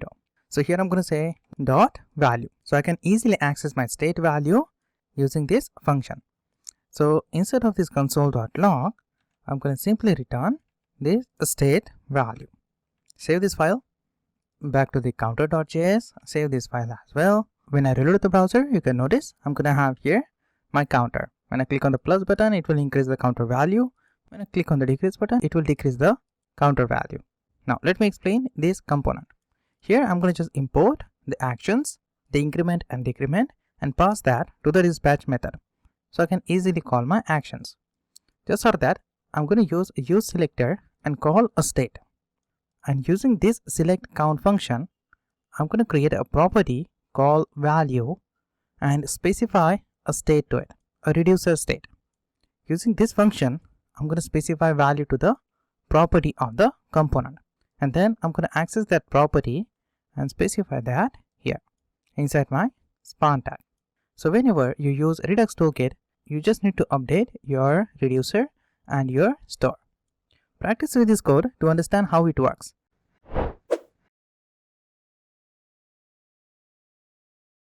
Now, in this lecture, we're going to learn more about connect function of the Redux. We all know how the connect function is useful to connect the React component with the Redux store. We all know that the connect function is going to connect the React component with the Redux store. In this lecture, we're going to talk about the connect function parameters. The connect function has 2 important parameters. First is a map state to props, and second is a map dispatch to props. Let's see how to use these functions to create a Redux application. I'm going to use my previous example to show you how you can use both these functions. So I'm going to open my Visual Studio Code editor, and inside this Redux folder, I have my previous files here: reducer, counter, action, and store. I'm going to open my counter.js file, and inside this file, you can notice here I have map state to props function. We already know how to create these functions in the previous lectures. Now let me explain what is the use of this function. You know that I'm going to use this function to create a property inside the component. I'm going to create a count property inside this counter component and specify the Redux value to it. This function is going to take a parameter called state. This state is going to return the current state of the store. If I try to print this component using constructor, if I create here a constructor like this with super props, and if I say here console.log, and if I print this component, then you can notice here inside this component, inside the properties, I have here a property called count. This function is going to create a count property in my component and specify state value to it. If I create here console.log, then I'm going to get that state in my console. This is my initial state of the store. So using this state parameter, you can access the state and specify your current state to your component property. So whenever you pass a new value to the state, it will change the property value of your component. You are not limited to only specify map state to props name to this function. Instead, you can pass any name to this function. This is just for reference. For example, if I remove this map from this function, and if I change this function into ES6 like this, if I remove this function, specify here constant state to props is equal to, remove this parenthesis and add here an arrow. Now this is the type of ES6 function. Now this is also a valid function in Redux. Let me just pause this function here like this. As you can see, your example will work fine. So using this function, you can get the reducer value and pass that to your component property. So this is the first parameter of this connect function. Now let's talk about the second parameter of this connect function. To this second parameter, you can pass a function called map dispatch to prop functions. Map dispatch to props function is the second parameter to the connect function, and this function either be an object or a function or not supplied. If you don't want to supply this function as a second parameter to this connect, that's completely fine, because in your component you can access the dispatch method. When you use connect function to connect your component, you will have a dispatch method with it. Now using map dispatch to prop function, we can work with the dispatch actions. Let me show you how. Here I'm going to create a function. So I'm going to say here constant map dispatch to props. Now you're free to specify any name to this function. That's upon you. And I'm going to specify here parameter called dispatch and pass here a function like this. Inside this function, I'm going to return an object. So I'm going to say here return and pass here object. And inside this object, I'm going to pass my dispatch methods. What I'm going to do is I'm going to create here a key called increment and specify a dispatch method to it. So I'm going to pass here a function and add a function like this and call dispatch method. So I'm going to access this parameter value here, dispatch, and pass parenthesis. And inside this parenthesis, as you know, I have here increment and decrement action. I'm going to pass both these actions inside this parenthesis. But just for now, let me just add here hard-coded action. So I'm going to specify here object and specify type. It is a type of increment, and then specify here comma and pass payload. Payload is going to be 1. If I open my action, you can notice here I'm going to specify type increment and payload is going to be this value. So I'm going to pass here payload 1 for now, and type is going to be increment. Let me create my second key. I'm going to pass here comma, copy this complete statement and paste it here. And instead of increment, this time I'm going to say here decrement. And let me just add suffix to both these functions. Here I'm going to say increment props, and this became decrement props. Instead of increment, I'm going to just use this decrement action type right here. And just for that, I'm going to pass this map dispatch to props function as a second argument to this connect function. Here I'm going to pass this function map dispatch to props. Back to my component and reload it. When I reload my browser and open my component, you can notice here inside my props, here I have two methods. So this function is going to create two methods inside my component with dispatch method. Now let me just use both these methods inside my component. You know that inside my component, I have here increment and decrement handler functions. You know that we just pass that functions, or you can say methods, to this onClick event. Now let me just comment both these functions, and I'm going to access this decrement and this increment method. So just down here, I'm going to say this dot props dot decrement, and this became this props dot increment. And then I'm going to change these methods. As you know, we have increment props and decrement props. So I'm going to say here decrement props, and this became increment props. When I click on this plus button, you can notice this will just call the increment action with the payload 1. So as you can see here, I don't need to create any handler function inside my component. Using this function, we can simply pass the dispatch methods to the component as properties. So basically, map state to props method is going to create a property and pass the current state to your component. And we're going to pass this function as a first parameter to the connect. The second parameter is the map dispatch to props. And using this function, we can call a dispatch action. You can notice here, we just created two methods inside my component. So when you pass this function as a second parameter to the connect, Redux will create both these methods inside your component. So you can call your dispatch methods. So I hope you understand both these functions clearly. Practice with it to understand how to work with both these functions. Now, in this lecture, we're going to learn how to work with immutable states. So let me first explain what is the meaning of immutable. Changing the existing object or array called mutation And on the other hand, the value that cannot be changed is called immutable. Immutable means something that cannot be changed. You all know we can update and change the object and array values in JavaScript. But there are some rules when working with pure functions to change object or array. As you know, reducer is a pure function, and in order to change your object or array, you must follow these rules. A pure function must always return the same value when giving the same input. A pure function must not have any side effect. So if you change the initial state of your store without making a copy of it, then that is the side effect of your pure reducer function. If you are using Redux, you need to know how to modify your state immutably without changing it. So let me show you how you can properly change the state of your Redux store. So I'm going to choose back to my counter, and here I'm going to change few things. Let me first get rid of this unsubscribe method from here like this. I'm going to first change this spawn tag. So instead of spawn, here I'm going to call a paragraph and pass your user name. I'm going to call here props, and to this props I'm going to create a property called user, and then I'm going to access the value of the key name.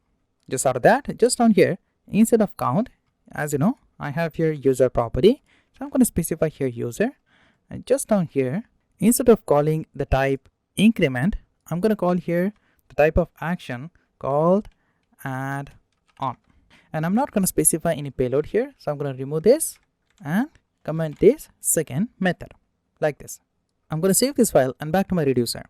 I'm going to change few things here as well. I'm going to change this initial state. So instead of this initial state, I'm going to just specify here user and specify an object. Inside this object, I'm going to specify ID1 and name of the user. So I'm going to say here name snow. And just like that, I don't have this action type increment. So I'm going to get rid of this increment and say here add on. Let me just add here a comment because I'm not using this decrement action. And just out of that, I'm going to get rid of this return statement. And here I'm going to say console.log and print the state. And just down here, I'm going to say return. And then I'm going to say here state equal to, and then I'm going to pass here object, user, and then I'm going to specify an object here. I'm going to add the second user. So I'm going to say here ID 2 and name is going to be daily. So when I click on the button, I'm going to call this add-on action and update the state. And I'm going to get here error, cannot read property, name of undefined. Let me just back to my example and right here. Yeah, I just added here count property. Instead of count, I'm going to say here user. So now when I reload the browser, you can notice I'm going to have here snow as a result. And when I open my console, you can notice here I have here user, the initial state with the ID1 and name is going to be snow. When I click on this plus button, this is going to update my state, and I'm going to have here ID2 and name is going to be daily. This will update the UI as well. But you can notice I just specify here equal to sign to update the state. This is the illegal way in Redux to specify value to your state. By default, this will mutate the state. So to solve this problem, you have to create a new object and specify your previous state to it and then return a new state. So to do that, I'm going to get rid of this statement because this is illegal in Redux, and here I'm going to pass an object, and this object is going to return my previous state. So I'm going to say here state, and I'm going to just pass here spirit operator, and just out of that specify here comma, and then I'm going to say here user, and then specify ID is going to be 2 and name is going to be daily. Save this file and click on this plus button again. You can notice this will do the same thing, but this time this is the legal way to change the state of the Redux. We are going to just use the previous state and return a new state using this reducer. And if you want to add this second user inside the state, you can change this object key.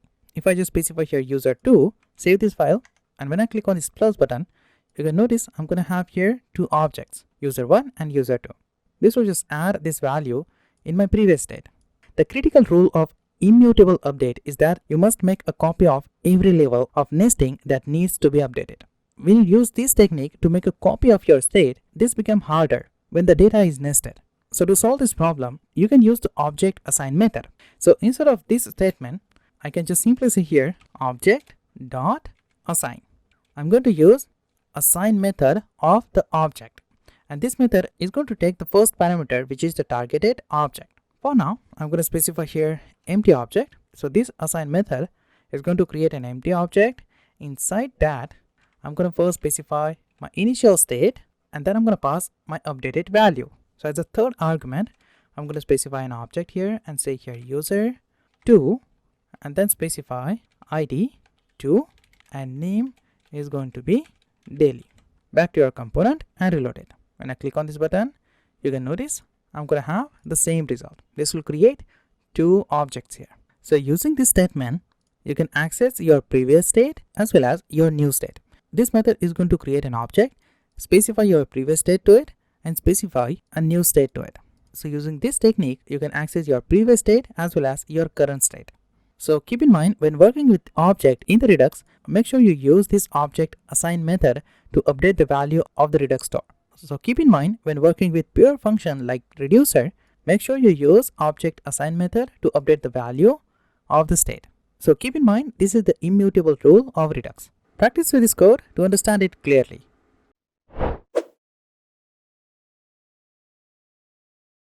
In this lecture, we're going to learn what is Redux Thunk and how to use it in the Redux application. Many times, when building a web application, you will need to call an API, which means some asynchronous action is going on.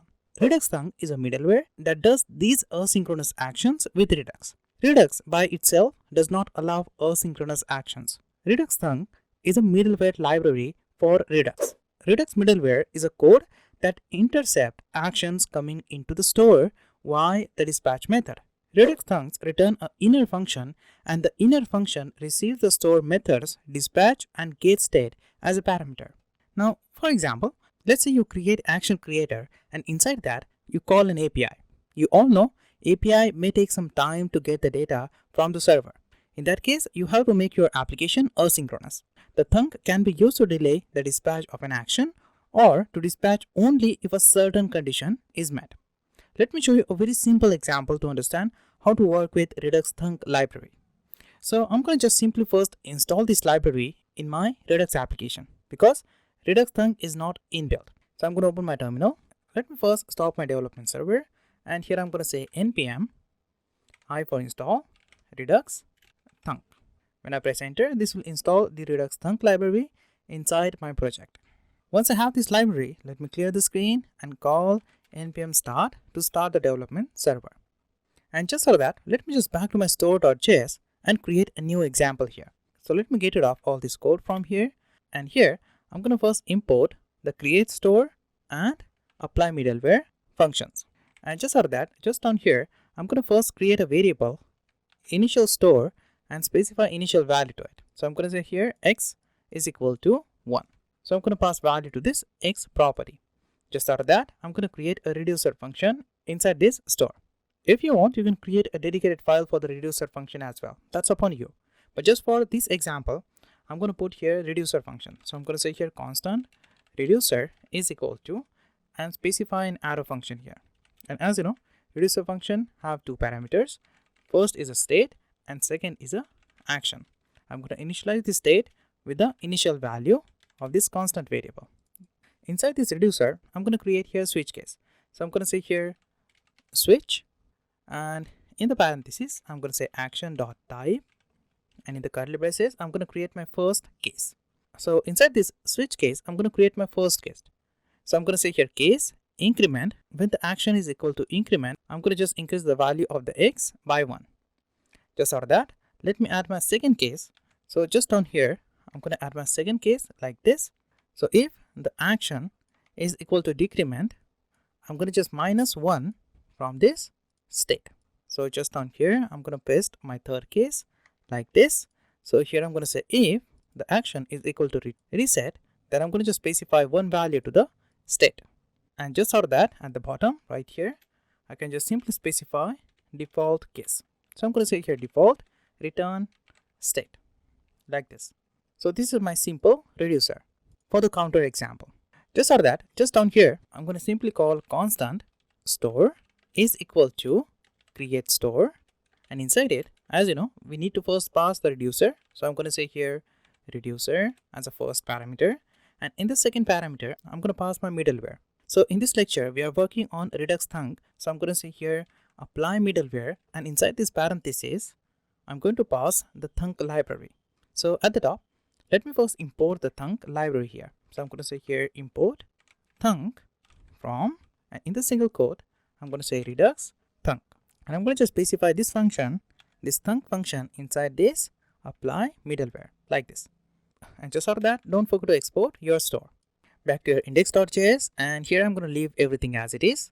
Just for that, I'm going to open my counter.js, and here I'm going to change few things. So what I'm going to do is, inside my counter, let me just get rid of these comments, and inside this render statement, I'm going to just copy some JSX and paste it here like this.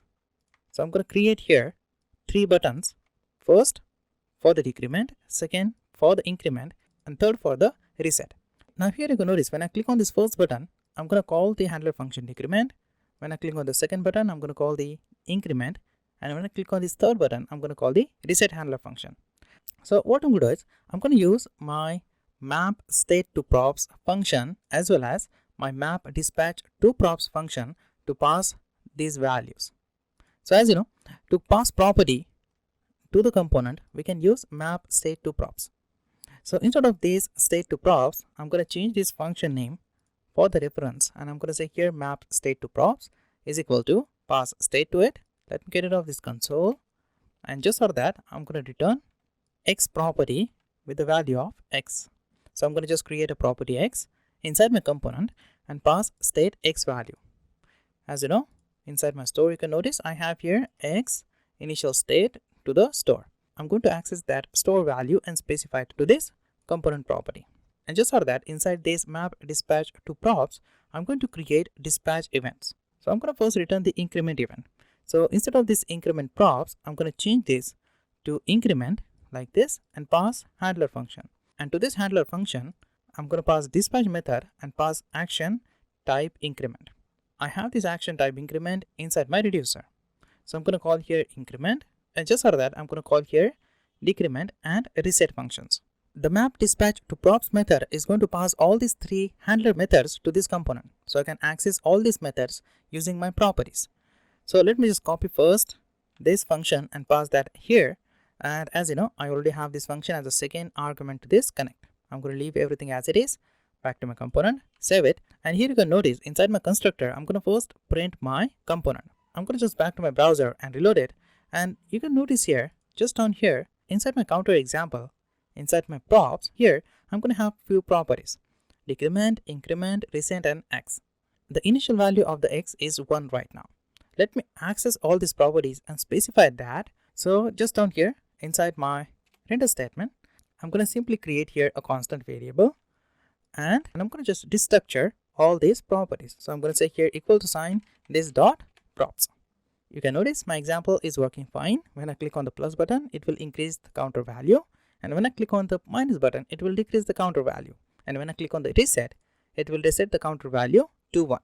Now let's suppose when you click on this plus button, you want to get the value from the API and increase the value of the counter. When you get the value from the API, it will make some delay in the execution. To handle this asynchronous behavior of the action, we need to make action in the Redux Thunk structure. So let me show you how to create a Thunk function in the Redux application. Thunk function is just like action creator. For example, let's say here I just specify the hard-coded action. Let me create here action creator. So if I create here a function increment and specify here return type increment, then this is what we call the action creator. If you want, you can put this function in a dedicated file as well as an action creator. For this example, I'm going to leave this as it is, and this is what we call the action creator. And I'm going to just specify this function inside this dispatch parenthesis like this. The Thunk function is similar to this action creator, but the Thunk function is not going to return an object. Instead, it will return the function. Let me show you. Just down here, I'm going to create the Thunk function, or you can say a Thunk middleware function. So here I'm going to create a function. I'm going to name it increment async. That's upon you. You can name anything to this function. As I said, Thunk function is going to return a function. So I'm going to just say here an arrow function. And this function is going to take a dispatch method as an argument. So I'm going to say here dispatch like this. And just for that, inside this function, you can access your dispatch method. So for example, you just make the API call here, and the API is going to make a request and get the response after 2 seconds. So I'm not going to make here API call. Instead, I'm going to call here set timeout function. So to mimic the API, I'm going to call here set timeout function. So I'm going to just say here set timeout, and inside this parenthesis, I'm going to pass here callback function like this. And as a second argument, I'm going to pass the timeout value. So I'm going to say here 2 seconds. So I'm going to pass 2000 here. And inside this parenthesis here, I'm going to say dispatch. I'm going to call this dispatch parameter right here like this. And inside it, I'm going to call my action just like this. That's it. Your Thunk function is completely ready. Now you just have to use this function inside this dispatch. So here I'm going to say increment sync. When I click on this plus button, you can notice it's going to update the counter value after 2 seconds. Now what if I click on this increment and suddenly click on this decrement? Let me show you. If I click on this increment and suddenly click on this decrement, you can notice the increment sync is going to get the current value of the store. So practice with this code to understand it more clearly. If you want to know more about Redux Thunk, just head on to Redux Thunk GitHub repository, and here you can find more about this library. So I hope you understand how to work asynchronously in the Redux application. Next, we're going to see a similar library of Redux, which is Redux Saga.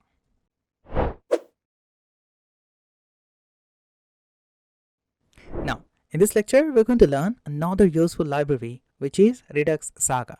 So what is the use of this library? This library manages the Redux side effect. Redux Saga is similar to Redux Thunk, but there are some difference between both these libraries. If you want me to make a tutorial on it, you can just comment me below. Redux Sagas are implemented using generator functions. We all know to create a generator in JavaScript, we first specify the function keyword followed by the asterisk that defines the generator function. Generators are functions that can be exit and later be re-entered. The generator function's body is executed until the first yield expression, which specify the value to be returned from the iterator. So let me show you a very simple example to understand how to work with Redux Saga in the Redux application. So I'm going to open a new tab, and inside it, I'm going to head on to reduxsaga.js.org. And from this website, you can get the Redux Saga library. So just click on this get started and install the Redux Saga in your project. So I'm going to back to my project and open my terminal, stop the development server, clear the screen, and here I'm going to say npm install Redux Saga. Let me install this library inside my project. Now, once I install it, let me clear the screen and start my development server again. Let me just back to my previous example and show you how you can work with Redux Saga. So to understand Redux Saga, you need to first back to your store, and inside it, you need to first import the create Saga middleware. So at the top here, you just need to first import create Saga middleware from Redux Saga. I'm going to call create Saga middleware. So from the Redux Saga library, I'm going to import create Saga middleware. So once I import this function, just down here, before this create store at the top, I'm going to create the Saga middleware. So to do that, you just need to say here constant and create a simple variable here. So I'm going to just simply specify name to this variable, which is Saga middleware is equal to, and you need to call this function create Saga middleware like this. And just for that, you need to just specify this Saga middleware inside this applyMiddleware parenthesis. So let me just copy this Saga middleware variable and pass that here. And just after that, you need to run this Saga generator. So to do that, just after this create store, make sure you execute the generator after this statement. Once you call your create store, you can run the Saga generator. So just down here, I'm going to say Saga middleware dot run. I'm going to call the method of Saga middleware, which is run, and inside it, I'm going to call my middleware. So to create the Saga middleware, I'm going to create a new file for that. So inside this Redux folder right here, I'm going to create a new file and name this sagas.js. And inside this file, I'm going to create a middleware. So to create a middleware function, you just need to first start with the function keyword and pass asterisk to it, because we are going to create a generator. Saga library work with generators. So I'm going to create here a generator, and specify name to it. I'm going to specify name watch increment async.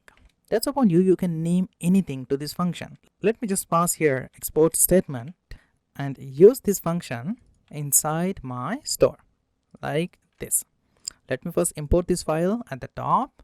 So here I'm going to say import.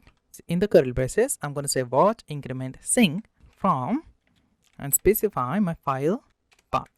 Just out of that, I'm going to save this file back to my Saga's file. Inside this file, let me create my action creator. So at the top here, I'm going to say action creator, and just up here, I'm going to create a function. So I'm going to say here function, and as you know, this is the generator. So I'm going to pass asterisk here and pass a name to it. I'm going to say here increment async. Now what I'm going to do is I'm going to add here say timeout function to make some delay. So at the top here, I'm going to say constant delay is equal to call here a function like this with parameter ms, means millisecond, and then I'm going to say here new promise. I'm going to return a promise object with this function, and I'm going to say here response. Promise is going to take a response as a parameter. So I'm going to say here response set timeout, and inside this set timeout, I'm going to pass response and millisecond. Just out of that, here inside this increment, I'm going to pass yield delay, and I'm going to pass millisecond here 2000. So this statement will execute this function after 2 seconds. This yield keyword is used in JavaScript to pause and resume the generator function.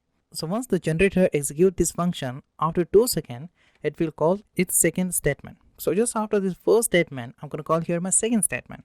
So I'm going to say here yield, and here I'm going to call the Saga effect. In Saga, there are some effects you can use when working with Saga library.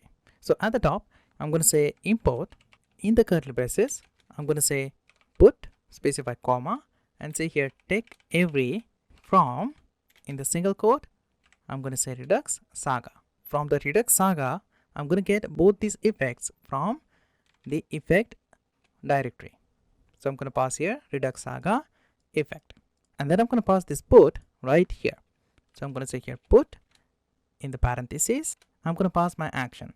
So I'm going to say here type, and it is a type of increment. Now put is one example of what we call an effect. Effect are plain JavaScript object which contains instruction to be fulfilled by the middleware. When a middleware retrieves the effect yielded by the Saga is pauses until the effect will fulfilled. There are different effects in Saga. Put is one of them. Just out of that, we have here take every effect. I'm going to use that inside this watch increment sync function. So you can notice here, I'm going to have here my action creator, and inside this watch increment sync, I'm going to call this action creator and create a new action. So inside this function, I'm going to say yield take every. I'm going to call an effect of Saga. The take every is a helper function provided by Redux Saga to listen for dispatch action and run your action every time, or you can say and run your action each time. So inside this parenthesis, inside a single quote, I'm going to say increment async. I'm going to create here an action increment async, and to this action I'm going to pass action creator increment async, this one. So what I'm going to do is here I'm going to create a new action called increment sync, and now just out of that I'm going to save all the changes back to my counter, and inside it you can notice here I have here increment async as a dispatch action creator. Let me get rid of it, and here instead of increment sync, I'm going to say here increment. So I'm going to just simply pass this type increment to this increment method. And as you know, inside my Sagas, here I have increment sync action. I'm going to pass that to this action type. So I'm going to just copy this increment async and pass that to this type like this. Let me save this file. When I click on this plus button, you will notice after 2 seconds, you can notice counter will update its value by 1. Let me click on the increase button again. You can notice after 2 seconds, counter will update its value. So this example is now completely asynchronous. So now whenever you get the value from the API call, you don't have to worry about anything. your example is now asynchronous. So I hope you understand two different ways to make your Redux application asynchronous. In the previous lecture, we understand how to work with Redux Thunk, and in this lecture, we understand how to work with Redux Saga. So I hope you understand both these lectures clearly. If you want to know more about Redux Saga, comment me below. I will make more videos on it.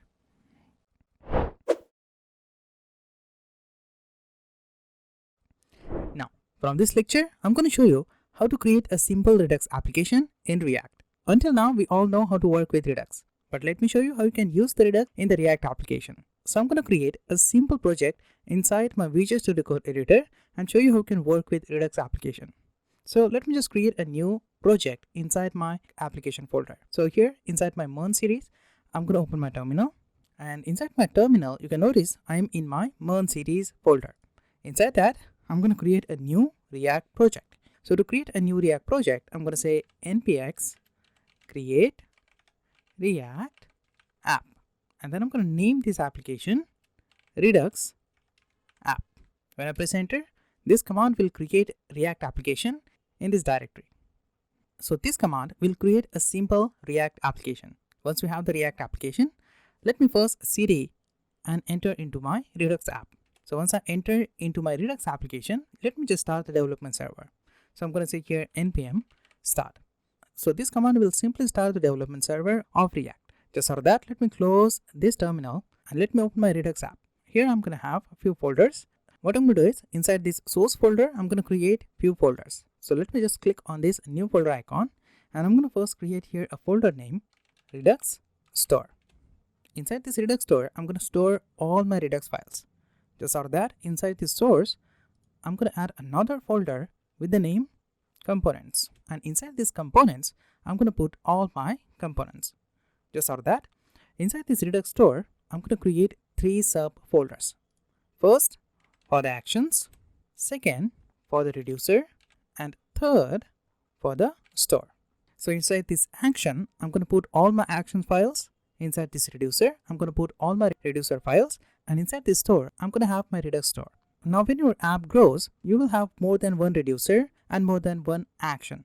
So I'm going to separate both these files using directories. Let me create my action creator. So inside this action, I'm going to create a new file, and I'm going to name it index.js. That's upon you. You can name anything to this file. Inside this file, I'm going to create my action creators. So what I'm going to do is I'm going to say here constant add to do success is equal to, I'm going to pass here to do parameter and pass an arrow here like this. And inside this function, I'm going to pass object. So I'm going to just return an object with this function. Let me first add here a comment to indicate this is the action creator. So inside this object, I'm going to first specify the type. So I'm going to specify here type in the capital letters. So I'm going to say here add to do success. Just for that, I'm going to specify payload, and it is a type of object. So I'm going to pass here object and pass here to do this parameter name. So when I call this add to do success, I'm going to pass this value to this action. Just for that, let me create my second action. So just for that, here I'm going to say constant add to do started is equal to, and then I'm going to pass here an arrow function.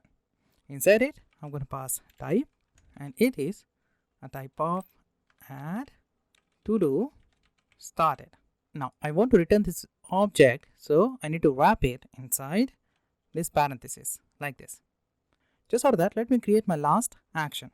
So I'm going to say here constant add to do failure is equal to, specify here error as a parameter and pass a function here, and inside it I'm going to return an object.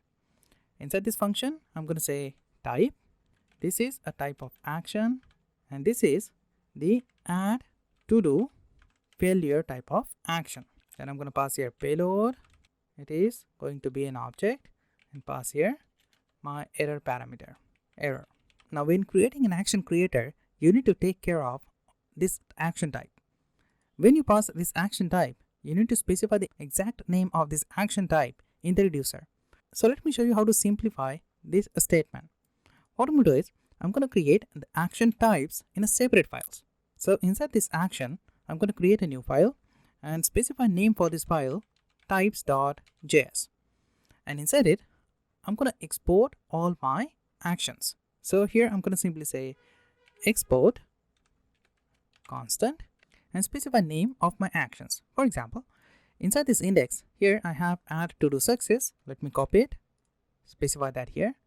So this is now a variable, and to this variable, I'm going to pass value add to do success. Back to my action creator, copy this add to do started, specify that here using export keyword, export constant add to do started is equal to, and in the double quote, I'm going to pass add to do started. At the last, here I have add to do failure. Let me copy it, specify here export constant add to do failure, and in the double quote, I'm going to say add to do failure. So now I can access all these three constant variables here in my action creator instead of passing these values. So at the top, I'm going to just simply say import in the curly braces. Here, I'm going to import all these action types. So let me just first specify here from, specify single quote and specify here types. And from these types, I'm going to first add to do success. Then I'm going to add to do started. And then I'm going to add to do failure. Or you can just simplify this import statement. I'm going to just get rid of all these types right from here. And here I can say import star as action types. So I'm going to just import all my variables and create action type object and store all my variables inside that. So I can just simply access my all variables using this object. So instead of this hard-coded value, here I can simply say action types add to do success. Just down here, I can just simply specify add to do started like this. Here I'm going to say action types dot add to do started.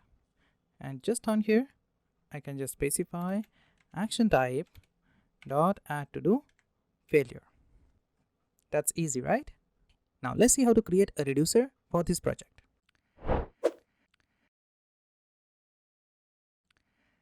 Now let me show you how to create a reducer for this project. So inside this reducer folder right here, I'm going to create a new file and name this file to-dos reducer.js. That's upon you. You can name anything to this reducer file. Inside this reducer file, I'm going to first initialize the initial state. So I'm going to say here a command initial state, and then I'm going to specify constant variable with variable name initial state is equal to, then specify an object. Inside this object, I have to-dos. And this is a type of array. So I'm going to pass empty array here. Just out of that, here I'm going to say export default function, and then I'm going to pass name to this function, which is to-dos reducer. And as you know, with the reducer, you will get two parameters, state and action. I'm going to pass both that, and let me first initialize this state variable with the initial value. So I'm going to say here state is equal to initial value. Inside this to-dos reducer, let me create a switch case. So I'm going to say here switch. Inside it, I'm going to say action.type, and inside this curly braces, I'm going to create my different cases. So let me first create my first case. Here I'm going to say case, and here I'm going to pass my action types. You all know we have a dedicated file for the action types. Let me use that here. So let me open my to-dos reducer. At the top, I'm going to say import star as action types from, and in the single quote, double dot / to locate the action folder, and then I'm going to specify types file name like this.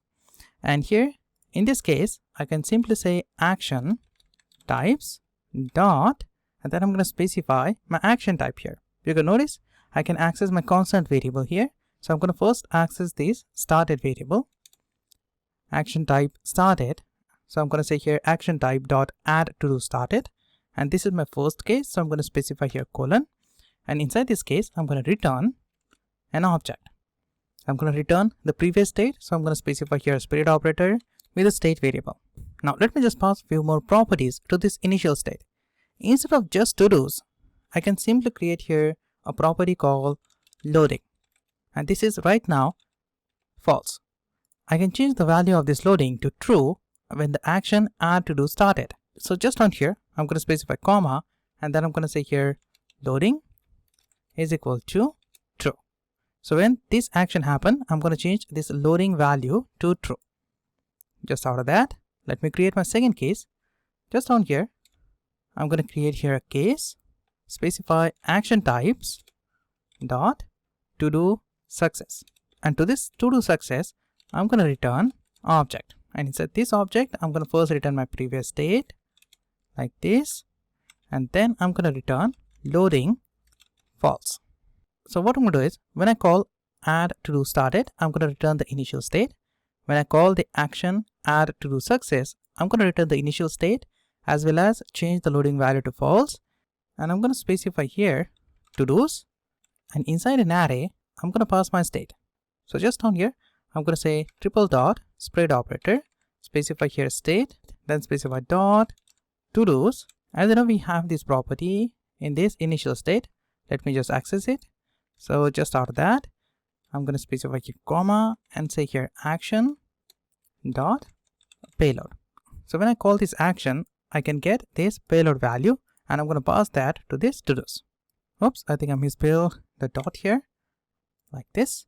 Just out of that, let me create my third case here, and this is the action types dot add failure, specify colon, and here I'm going to return an object with the previous state. So I'm going to pass here previous state like this, and then I'm going to return the loading is going to be false, and as well as with this state I'm going to return an error message. So let me add this error property inside my initial state. Here I'm going to say error and specify initial value now. Don't forget to add comma here, and just down here I'm going to say error and pass action dot payload dot error. Now when I call this action, I'm going to pass my action payload error value to this state error property. Now let me save this file and create a store for this reducer. So I'm going to create a new file inside the store and name this file store.js. And now let me create a new store here. So to create a store, I'm going to first import the create store function. So I'm going to say here import create store from, in the single quote I'm going to specify Redux. But as you know, I don't have this Redux package in my application. So before we import this function from this package, I need to first install this package in my project. So let me first open my terminal, stop this development server, and here I'm going to say npm I for install and install Redux. As well as I'm going to install React Redux. This package is going to help us to add provider and provide the store to all my React components. Just out of that, we also need React Thunk. We all know how to work with React Thunk in the previous lecture. Now let me just click on enter and install all these three packages in my project.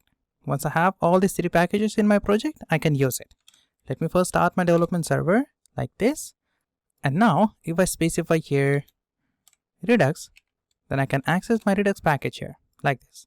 Just down here, I'm going to create a command and say create a store. As you know, to create a store, you need to create a constant variable store and pass a function create store, or you can just export this create store as well. That's upon you. So I'm going to say here create store, and inside it I'm going to pass my reducer as a first parameter. As you know, I don't have reducer inside this file, so let me first import that. So I'm going to say here import to do's reducer from, specify single quote double dot to locate this reducer folder, and then I'm going to specify to do's reducer. Let me use this to do's reducer right here as a first parameter. And just out of that, I'm going to export default store. Back to your main index file. So let me minimize everything back to my index file. And right now this application is rendering this app component. Let me change it and create my own component inside it. So inside the source folder here, inside these components, I'm going to create a new file and name this file to do creator.js. And I'm going to just specify here a simple functional component. So I'm going to say here React functional component. Inside it, I'm going to say h2 heading tag, and I'm going to say here to do Redux application. Save this file, back to the index, and let me first import my component. Here I'm going to first say here import statement, and I'm going to first import my to do creator. From, I'm going to specify the component folder, then I'm going to specify to do creator. Let me specify this component right here. Just out of that, let me just add a provider here at the top. I'm going to say import. In the curly braces, I'm going to say provider from, and as you know, we have the provider in React Redux module. I'm going to specify that here, and instead of this React strict mode, I can just simply pass here provider, just like this. And at the end, let me add my store here. From, in the single quote, I'm going to specify the Redux store. Inside it, I have the store file. So I'm going to say here a property store is equal to, and then I'm going to pass the store variable. Save all my files. Now at the last, I need to connect this to-do creator to the store. So I'm going to just back to my component to-do creator. Let me show you the properties of these components. To get the properties of your functional component, you need to pass here props parameter, and using it, you can access all the properties of this component. So I'm going to say here console.log, and I'm going to print all the properties. So I'm going to say here props. Let me reload the browser, and you can notice here inside it, I don't have any property to this component. Let me connect this component to the store and add a dispatch method as well as some other properties. So I'm going to just add here connect function and connect this component to the store. Instead of adding the connect function just down here, I'm going to create a dedicated file for that, because with connect function, you can pass two parameters, map state to props and map dispatch to props. I'm going to use both that functions. So instead of creating a connect function here, I'm going to create a new file for that. So inside my store, here I'm going to create a new file and name it container.js. I'm going to just simply say export default, and I'm going to just export the connect function. As you can see, when I pass here connect, Visual Studio Code will automatically add the import statement at the top. Right now, I'm not going to pass anything. So I'm going to leave this parenthesis as it is, and inside a second parameter, I'm going to pass my to-do creator. So let me first import that component here. So I'm going to say here import to-do creator from, in the single quote, // then specify my component folder. Inside it, I have to-do creator. Let me pass that as a second parameter right here. Save this file and just back to your main index file right here. And instead of this to-do creator, I'm going to just get this to-do creator from the container right from here. So let me get rid of this component file, specify here Redux store, specify store folder and container like this. Save this file, back to your project and reload it. You can notice when I reload, I'm going to have the dispatch method with it. I can access now the dispatch method of the store. So this is how you can work with different files in the Redux application. Next, we're going to create a Thunk middleware for this application.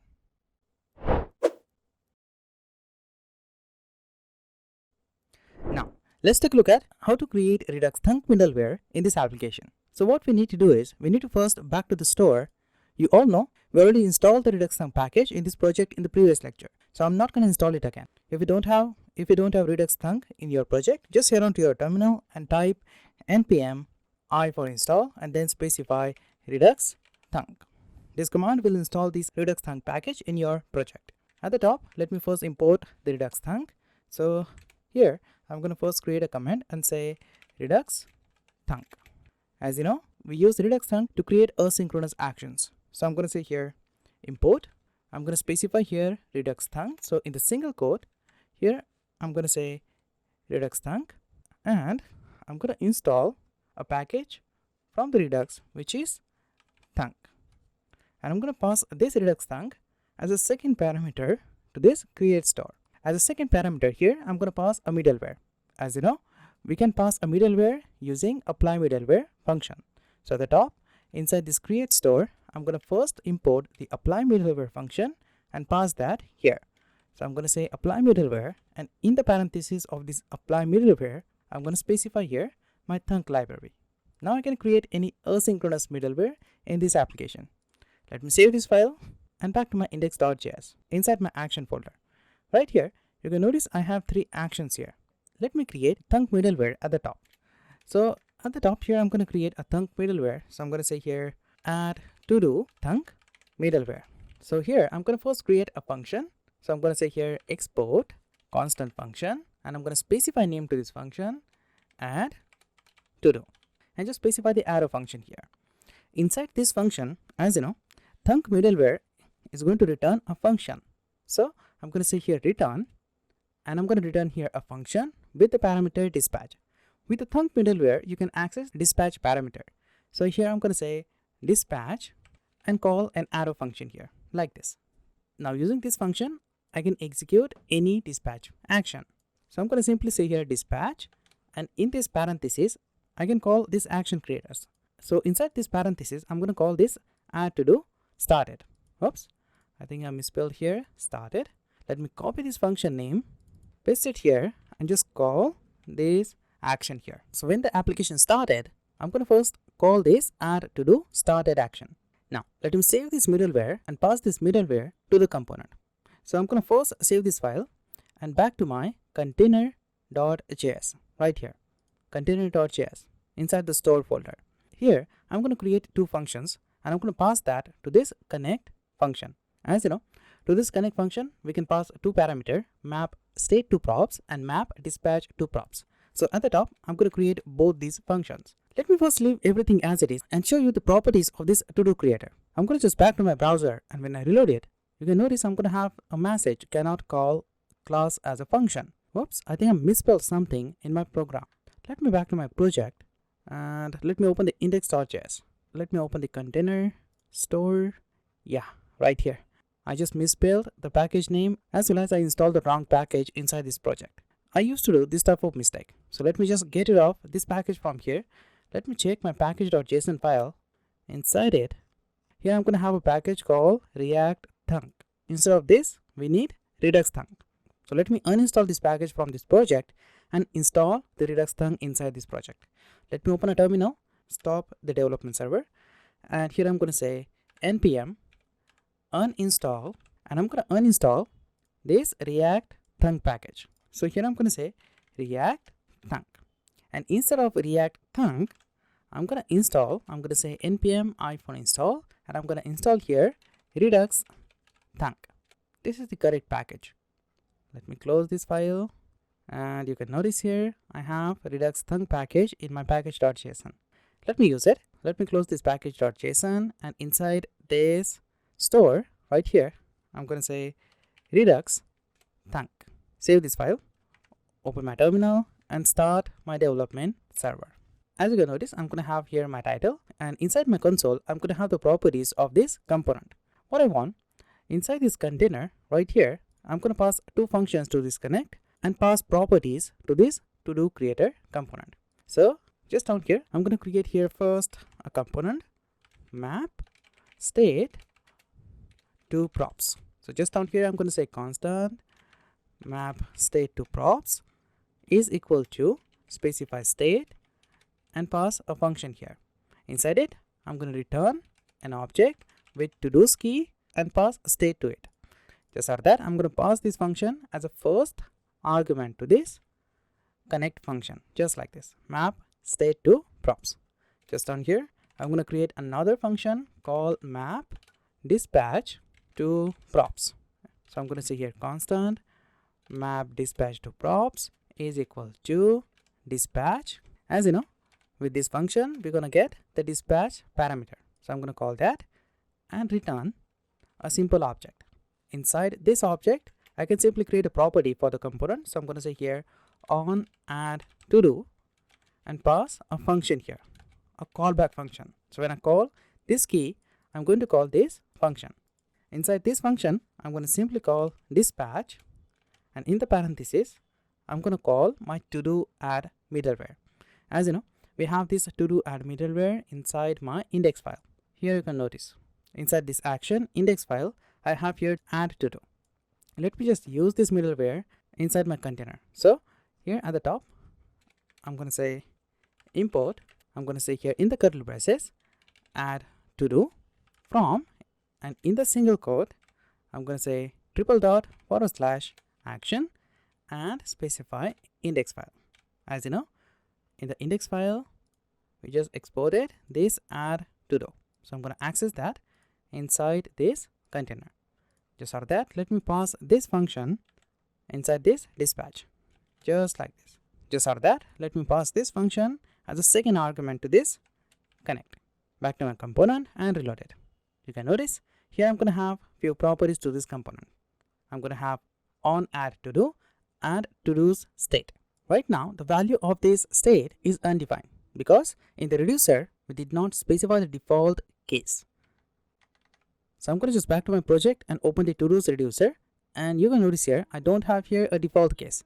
So just after this case, this last case right down here, I'm going to create my default case. So I'm going to say here default, and down here I'm going to return a simple state. Back to my browser and reload it.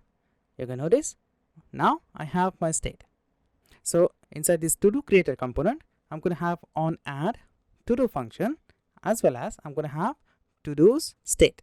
So I can access my store value using this property to do's and call the dispatch method using this on add to do function. Let me show you how to do it. So what I want to call this function, or you can say this dispatch method when I click on the button.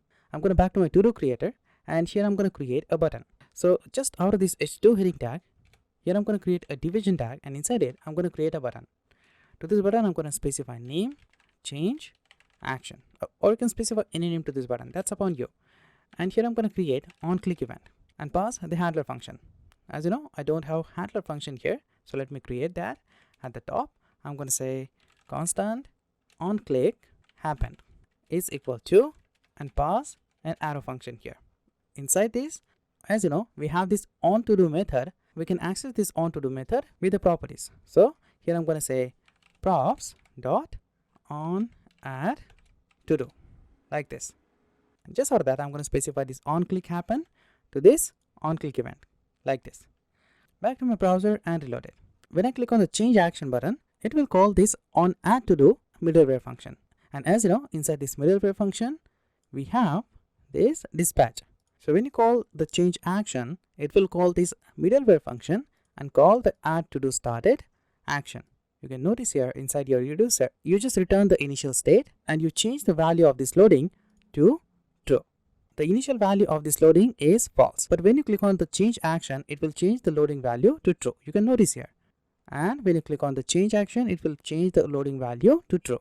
And rest of the properties are same because we did not change anything inside that. Now, if you want, you can call here use effect hook and call this on to do inside that. That's upon you. Now, I hope you understand how to create a simple Redux middleware. Next, we're going to implement this middleware and we're going to make the API call inside this middleware.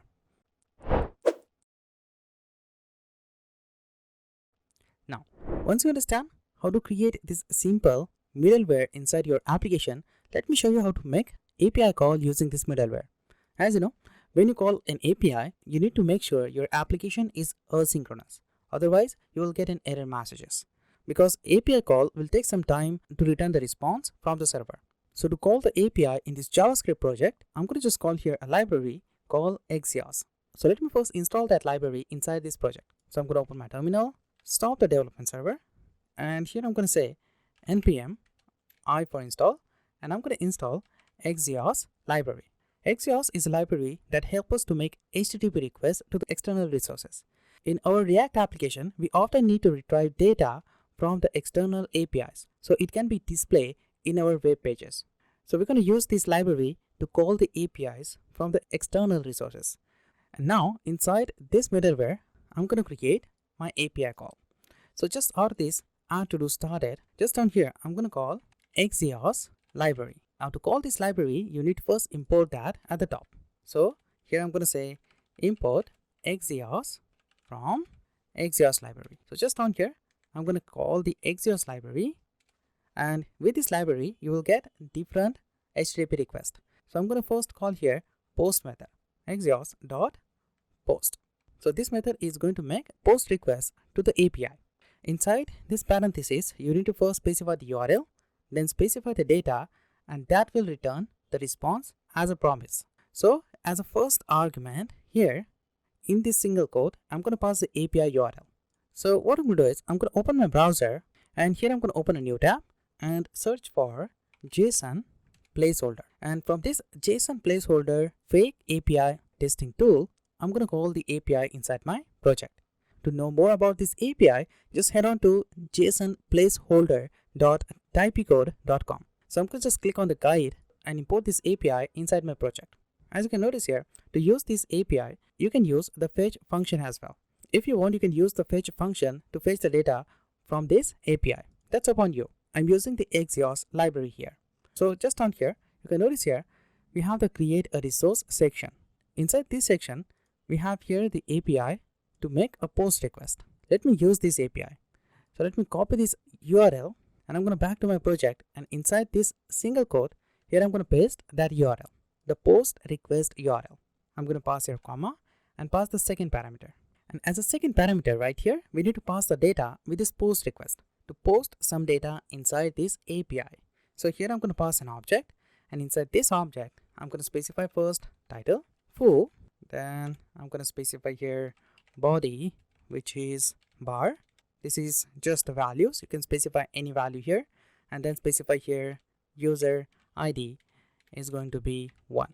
Now once I have my post values here, just out of this second parameter right here, after this parenthesis, just down here, I'm going to pass here dot and call then method. I hope you know, when working with promises, to get the values from the API, or you can say to get the values from the promise, you need to call then method. So inside this then method, I'm going to pass a callback function. So I'm going to say here response and call a callback function here. Inside this parenthesis, I'm going to have the response of this post request. So just on here, I'm going to say console.log, and I'm going to print here response.data. So using data parameter, I can access the response data of this action. Just out of that, just out of this then, down here, I can call the catch. I can call the catch here, catch method, and pass the error. So if there is any problem inside this request, I'm going to call this catch method, and inside it, I'm going to say console.log and print the error message like this. Let me save this file.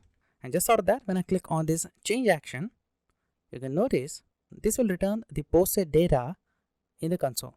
You can notice here. Let me reload the browser and show you the result again. When I click on this change action, after a few seconds, API will return the output, and I'm going to have that output inside my console. When I click on the change action, you can notice after a few seconds, API is going to return the response to our application, and I'm going to have here the output value. Now, if you want, you can pass this value to your action creator and store this value inside your state. So what I'm going to do is, I'm going to just back to the index.js right here inside this action. And here, instead of this console messages, I'm going to get rid of these console messages, and here I'm going to call a dispatch method. As you know, we are in this middleware function, so I can access this dispatch method inside these promises as well. So here I'm going to say dispatch, and as a parameter, I'm going to pass here add to do success, the action. And as you know, to this add to do success, we have a parameter called to do. I'm going to pass this response.data to this parameter like this. So this will just store this data in the store. Just for that, instead of this console.log, here I'm going to call dispatch method with the action add to do failure like this. And in the parenthesis, as you know, I have here error parameter with the payload. So I'm going to pass here error message. Let me save this file back to my component first, and let me print my current state here. So at the top, I'm going to say here import. In the curly braces, I'm going to call use selector from React Redux. From this library, I'm going to call here use selector function. So this function is going to get the current state of the store. So instead of these properties, I'm going to say here constant todos is equal to use selector, and this is going to return a parameter called state, and I'm going to return that parameter like this to this todos. And just on here, I'm going to just print console.log todos. Save this file. Now this will just first print the initial state of the store. When I click on the change action, you can notice I'm going to have here a value inside my to-dos. You can notice here, inside my to-dos, I'm going to have my API call value. So I'm going to just make the post request to the API and get the output from that API. And I'm going to just store that value in the store. Keep in mind, inside this middleware, this API call is not actually going to store all these values inside this API. This is just a fake API. So it will not actually going to store all these values inside this API. Instead, it will just make the mimic of it. And now once you have your values inside your store, you can print all these values inside your Redux application. So next, we'll see how to do that. Now, we all know how to work with Redux Thunk middleware and work with APIs. Using this application, we use the Redux Thunk middleware to make the API call. When we click on the action, I'm going to post the data in the API and get the response from that API. Now, once we get the response from the API, let me show you how to print that in your application. So let me just back to my Visual Studio Code editor, and here you can notice I have here a console statement. Inside that, I have here to-dos variable. Inside this to-dos, I have this state object. Inside this object, we have error, loading, and to-dos array. Inside this to-dos, right now I don't have anything. But when I click on this change action, I'm going to have a value inside this to-dos. You can notice here. Inside this to-dos, I have one to-do with title, body, user ID, and ID. I'm going to post this data in the API and get the response back from the API. And then I'm going to store that data in the store. What I want to get this data from the store and display that right here in my application. So what I'm going to do is, just out of this title, I'm going to print all that data. I'm going to simply first create here a division tag, and inside that, I'm going to create h3 heading tag. Inside this h3 heading tag, as you know, we have here a variable called to-dos. I'm going to just call that here. And inside that, as you can notice here, I have to-dos key. Now let me just change the variable name here. Instead of to-dos, I'm going to say here container. That will make sense. Let me just change this container. Let me just change the variable name. And inside this variable, I have a state. And inside that, I have to-dos key. Inside this to-dos, on 0 index, I have to-do key. So what I'm going to do is, I'm going to just iterate over these to-dos using map function and display all these data. So just here, I'm going to call a method of array, which is map. This function is going to iterate over an array. So here, inside this parenthesis, I'm going to pass a callback function here. And inside this callback function, I'm going to pass parameter. So for now, I'm going to specify here t for to-dos. And inside this function, I'm going to say span. And inside this span tag, right here inside this curly braces, I'm going to say t dot to-do dot title. As you can notice here, inside this array, I have this to-do key. And I'm going to access this title key value. Let me save the changes. Back to my browser. Oops, I'm not going to get anything here because we need to return this value instead of just specifying that inside this function. So instead of these curly braces, I'm going to pass here parenthesis, just like this. As you can notice, I'm going to have here foo as a response. In the console, you will notice I'm going to have here a warning. Each child in the list should have unique key. You all know how to work with this warning because in the previous lectures, we understand how to solve this warning. Let me refresh that again and show you how you can solve this warning. So what I'm going to do is, I'm going to just grab these curly braces right from here, cut that and paste that just after this h2 heading tag right here. And inside this right here, I'm going to create this div and h3 heading tag. And inside this function right here, I'm going to get rid of this span tag and use my division and h3 heading tag. So inside this map function right here, I'm going to create a division tag, and inside this, I'm going to create h3 heading tag. And what I'm going to do is, I'm going to specify key to this division tag, and I'm going to specify curly braces here. Inside this curly braces, I'm going to get the index value of this to-do. You can notice here, inside your to-dos, you will get this index value. This is right now 0. I'm going to pass this value right here. So as a second argument to this map, here I'm going to specify I for index. You can specify any name to both these parameters. That's upon you. Inside this key, as a value, I'm going to specify I. the index value to uniquely identify this division tag. And inside this h3 heading tag, here I'm going to pass curly braces, specify t for to-dos, and then I'm going to say to-do dot title and reload my browser. Just out of that, when I click on this change action, you can notice I'm not going to get any warning here. I'm going to get response what I want. Now, instead of iterating over this array inside of this return statement, you can create a function for that. Or you can create a variable and return all the values of your JSX to that variable and print that variable. For a practice, put this statement inside a separate component and call that component here and print all your API values. Now let me show you how you can create a variable and store all your JSX value inside it. And using that variable, I'm going to print all my data. Let me show you what I want to say. At the top, before this return statement, here, I'm going to create a variable called constant list items is equal to, and then I'm going to pass this statement just like this instead of this curly braces. And just out of that, this statement is going to return this title with this division tag. And then what we need to do is we need to just copy this variable, and inside these curly braces you need to just print that variable. Reload the browser and try to click on the action button. So this is easy approach to get the value from the array. Just for that, if you want, you can get the different values of your to-do inside this division tag. For example, if I want to get the value of body, I can just simply specify here body key. Then if I want to get the value of ID, I can specify here ID. Back to my browser, and as you can see, I'm going to have the title, body, and the ID of the to-do list. So this variable is going to hold all these values and print that in the JSX.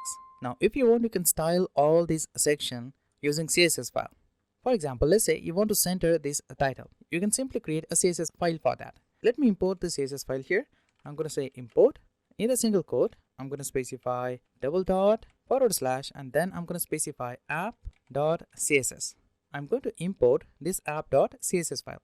We already have this file in this project. I'm going to use that here, and inside this file I have few classes. I'm going to use this app class inside my project. Here I'm going to say class name is equal to, and in the double quote I'm going to say here app. As you can see, this will just center this to-do Redux application title. So if you want, you can style your application using the CSS file, or you can create a dedicated file for this component and style your application. Now, I hope you understand how basically the Redux application works.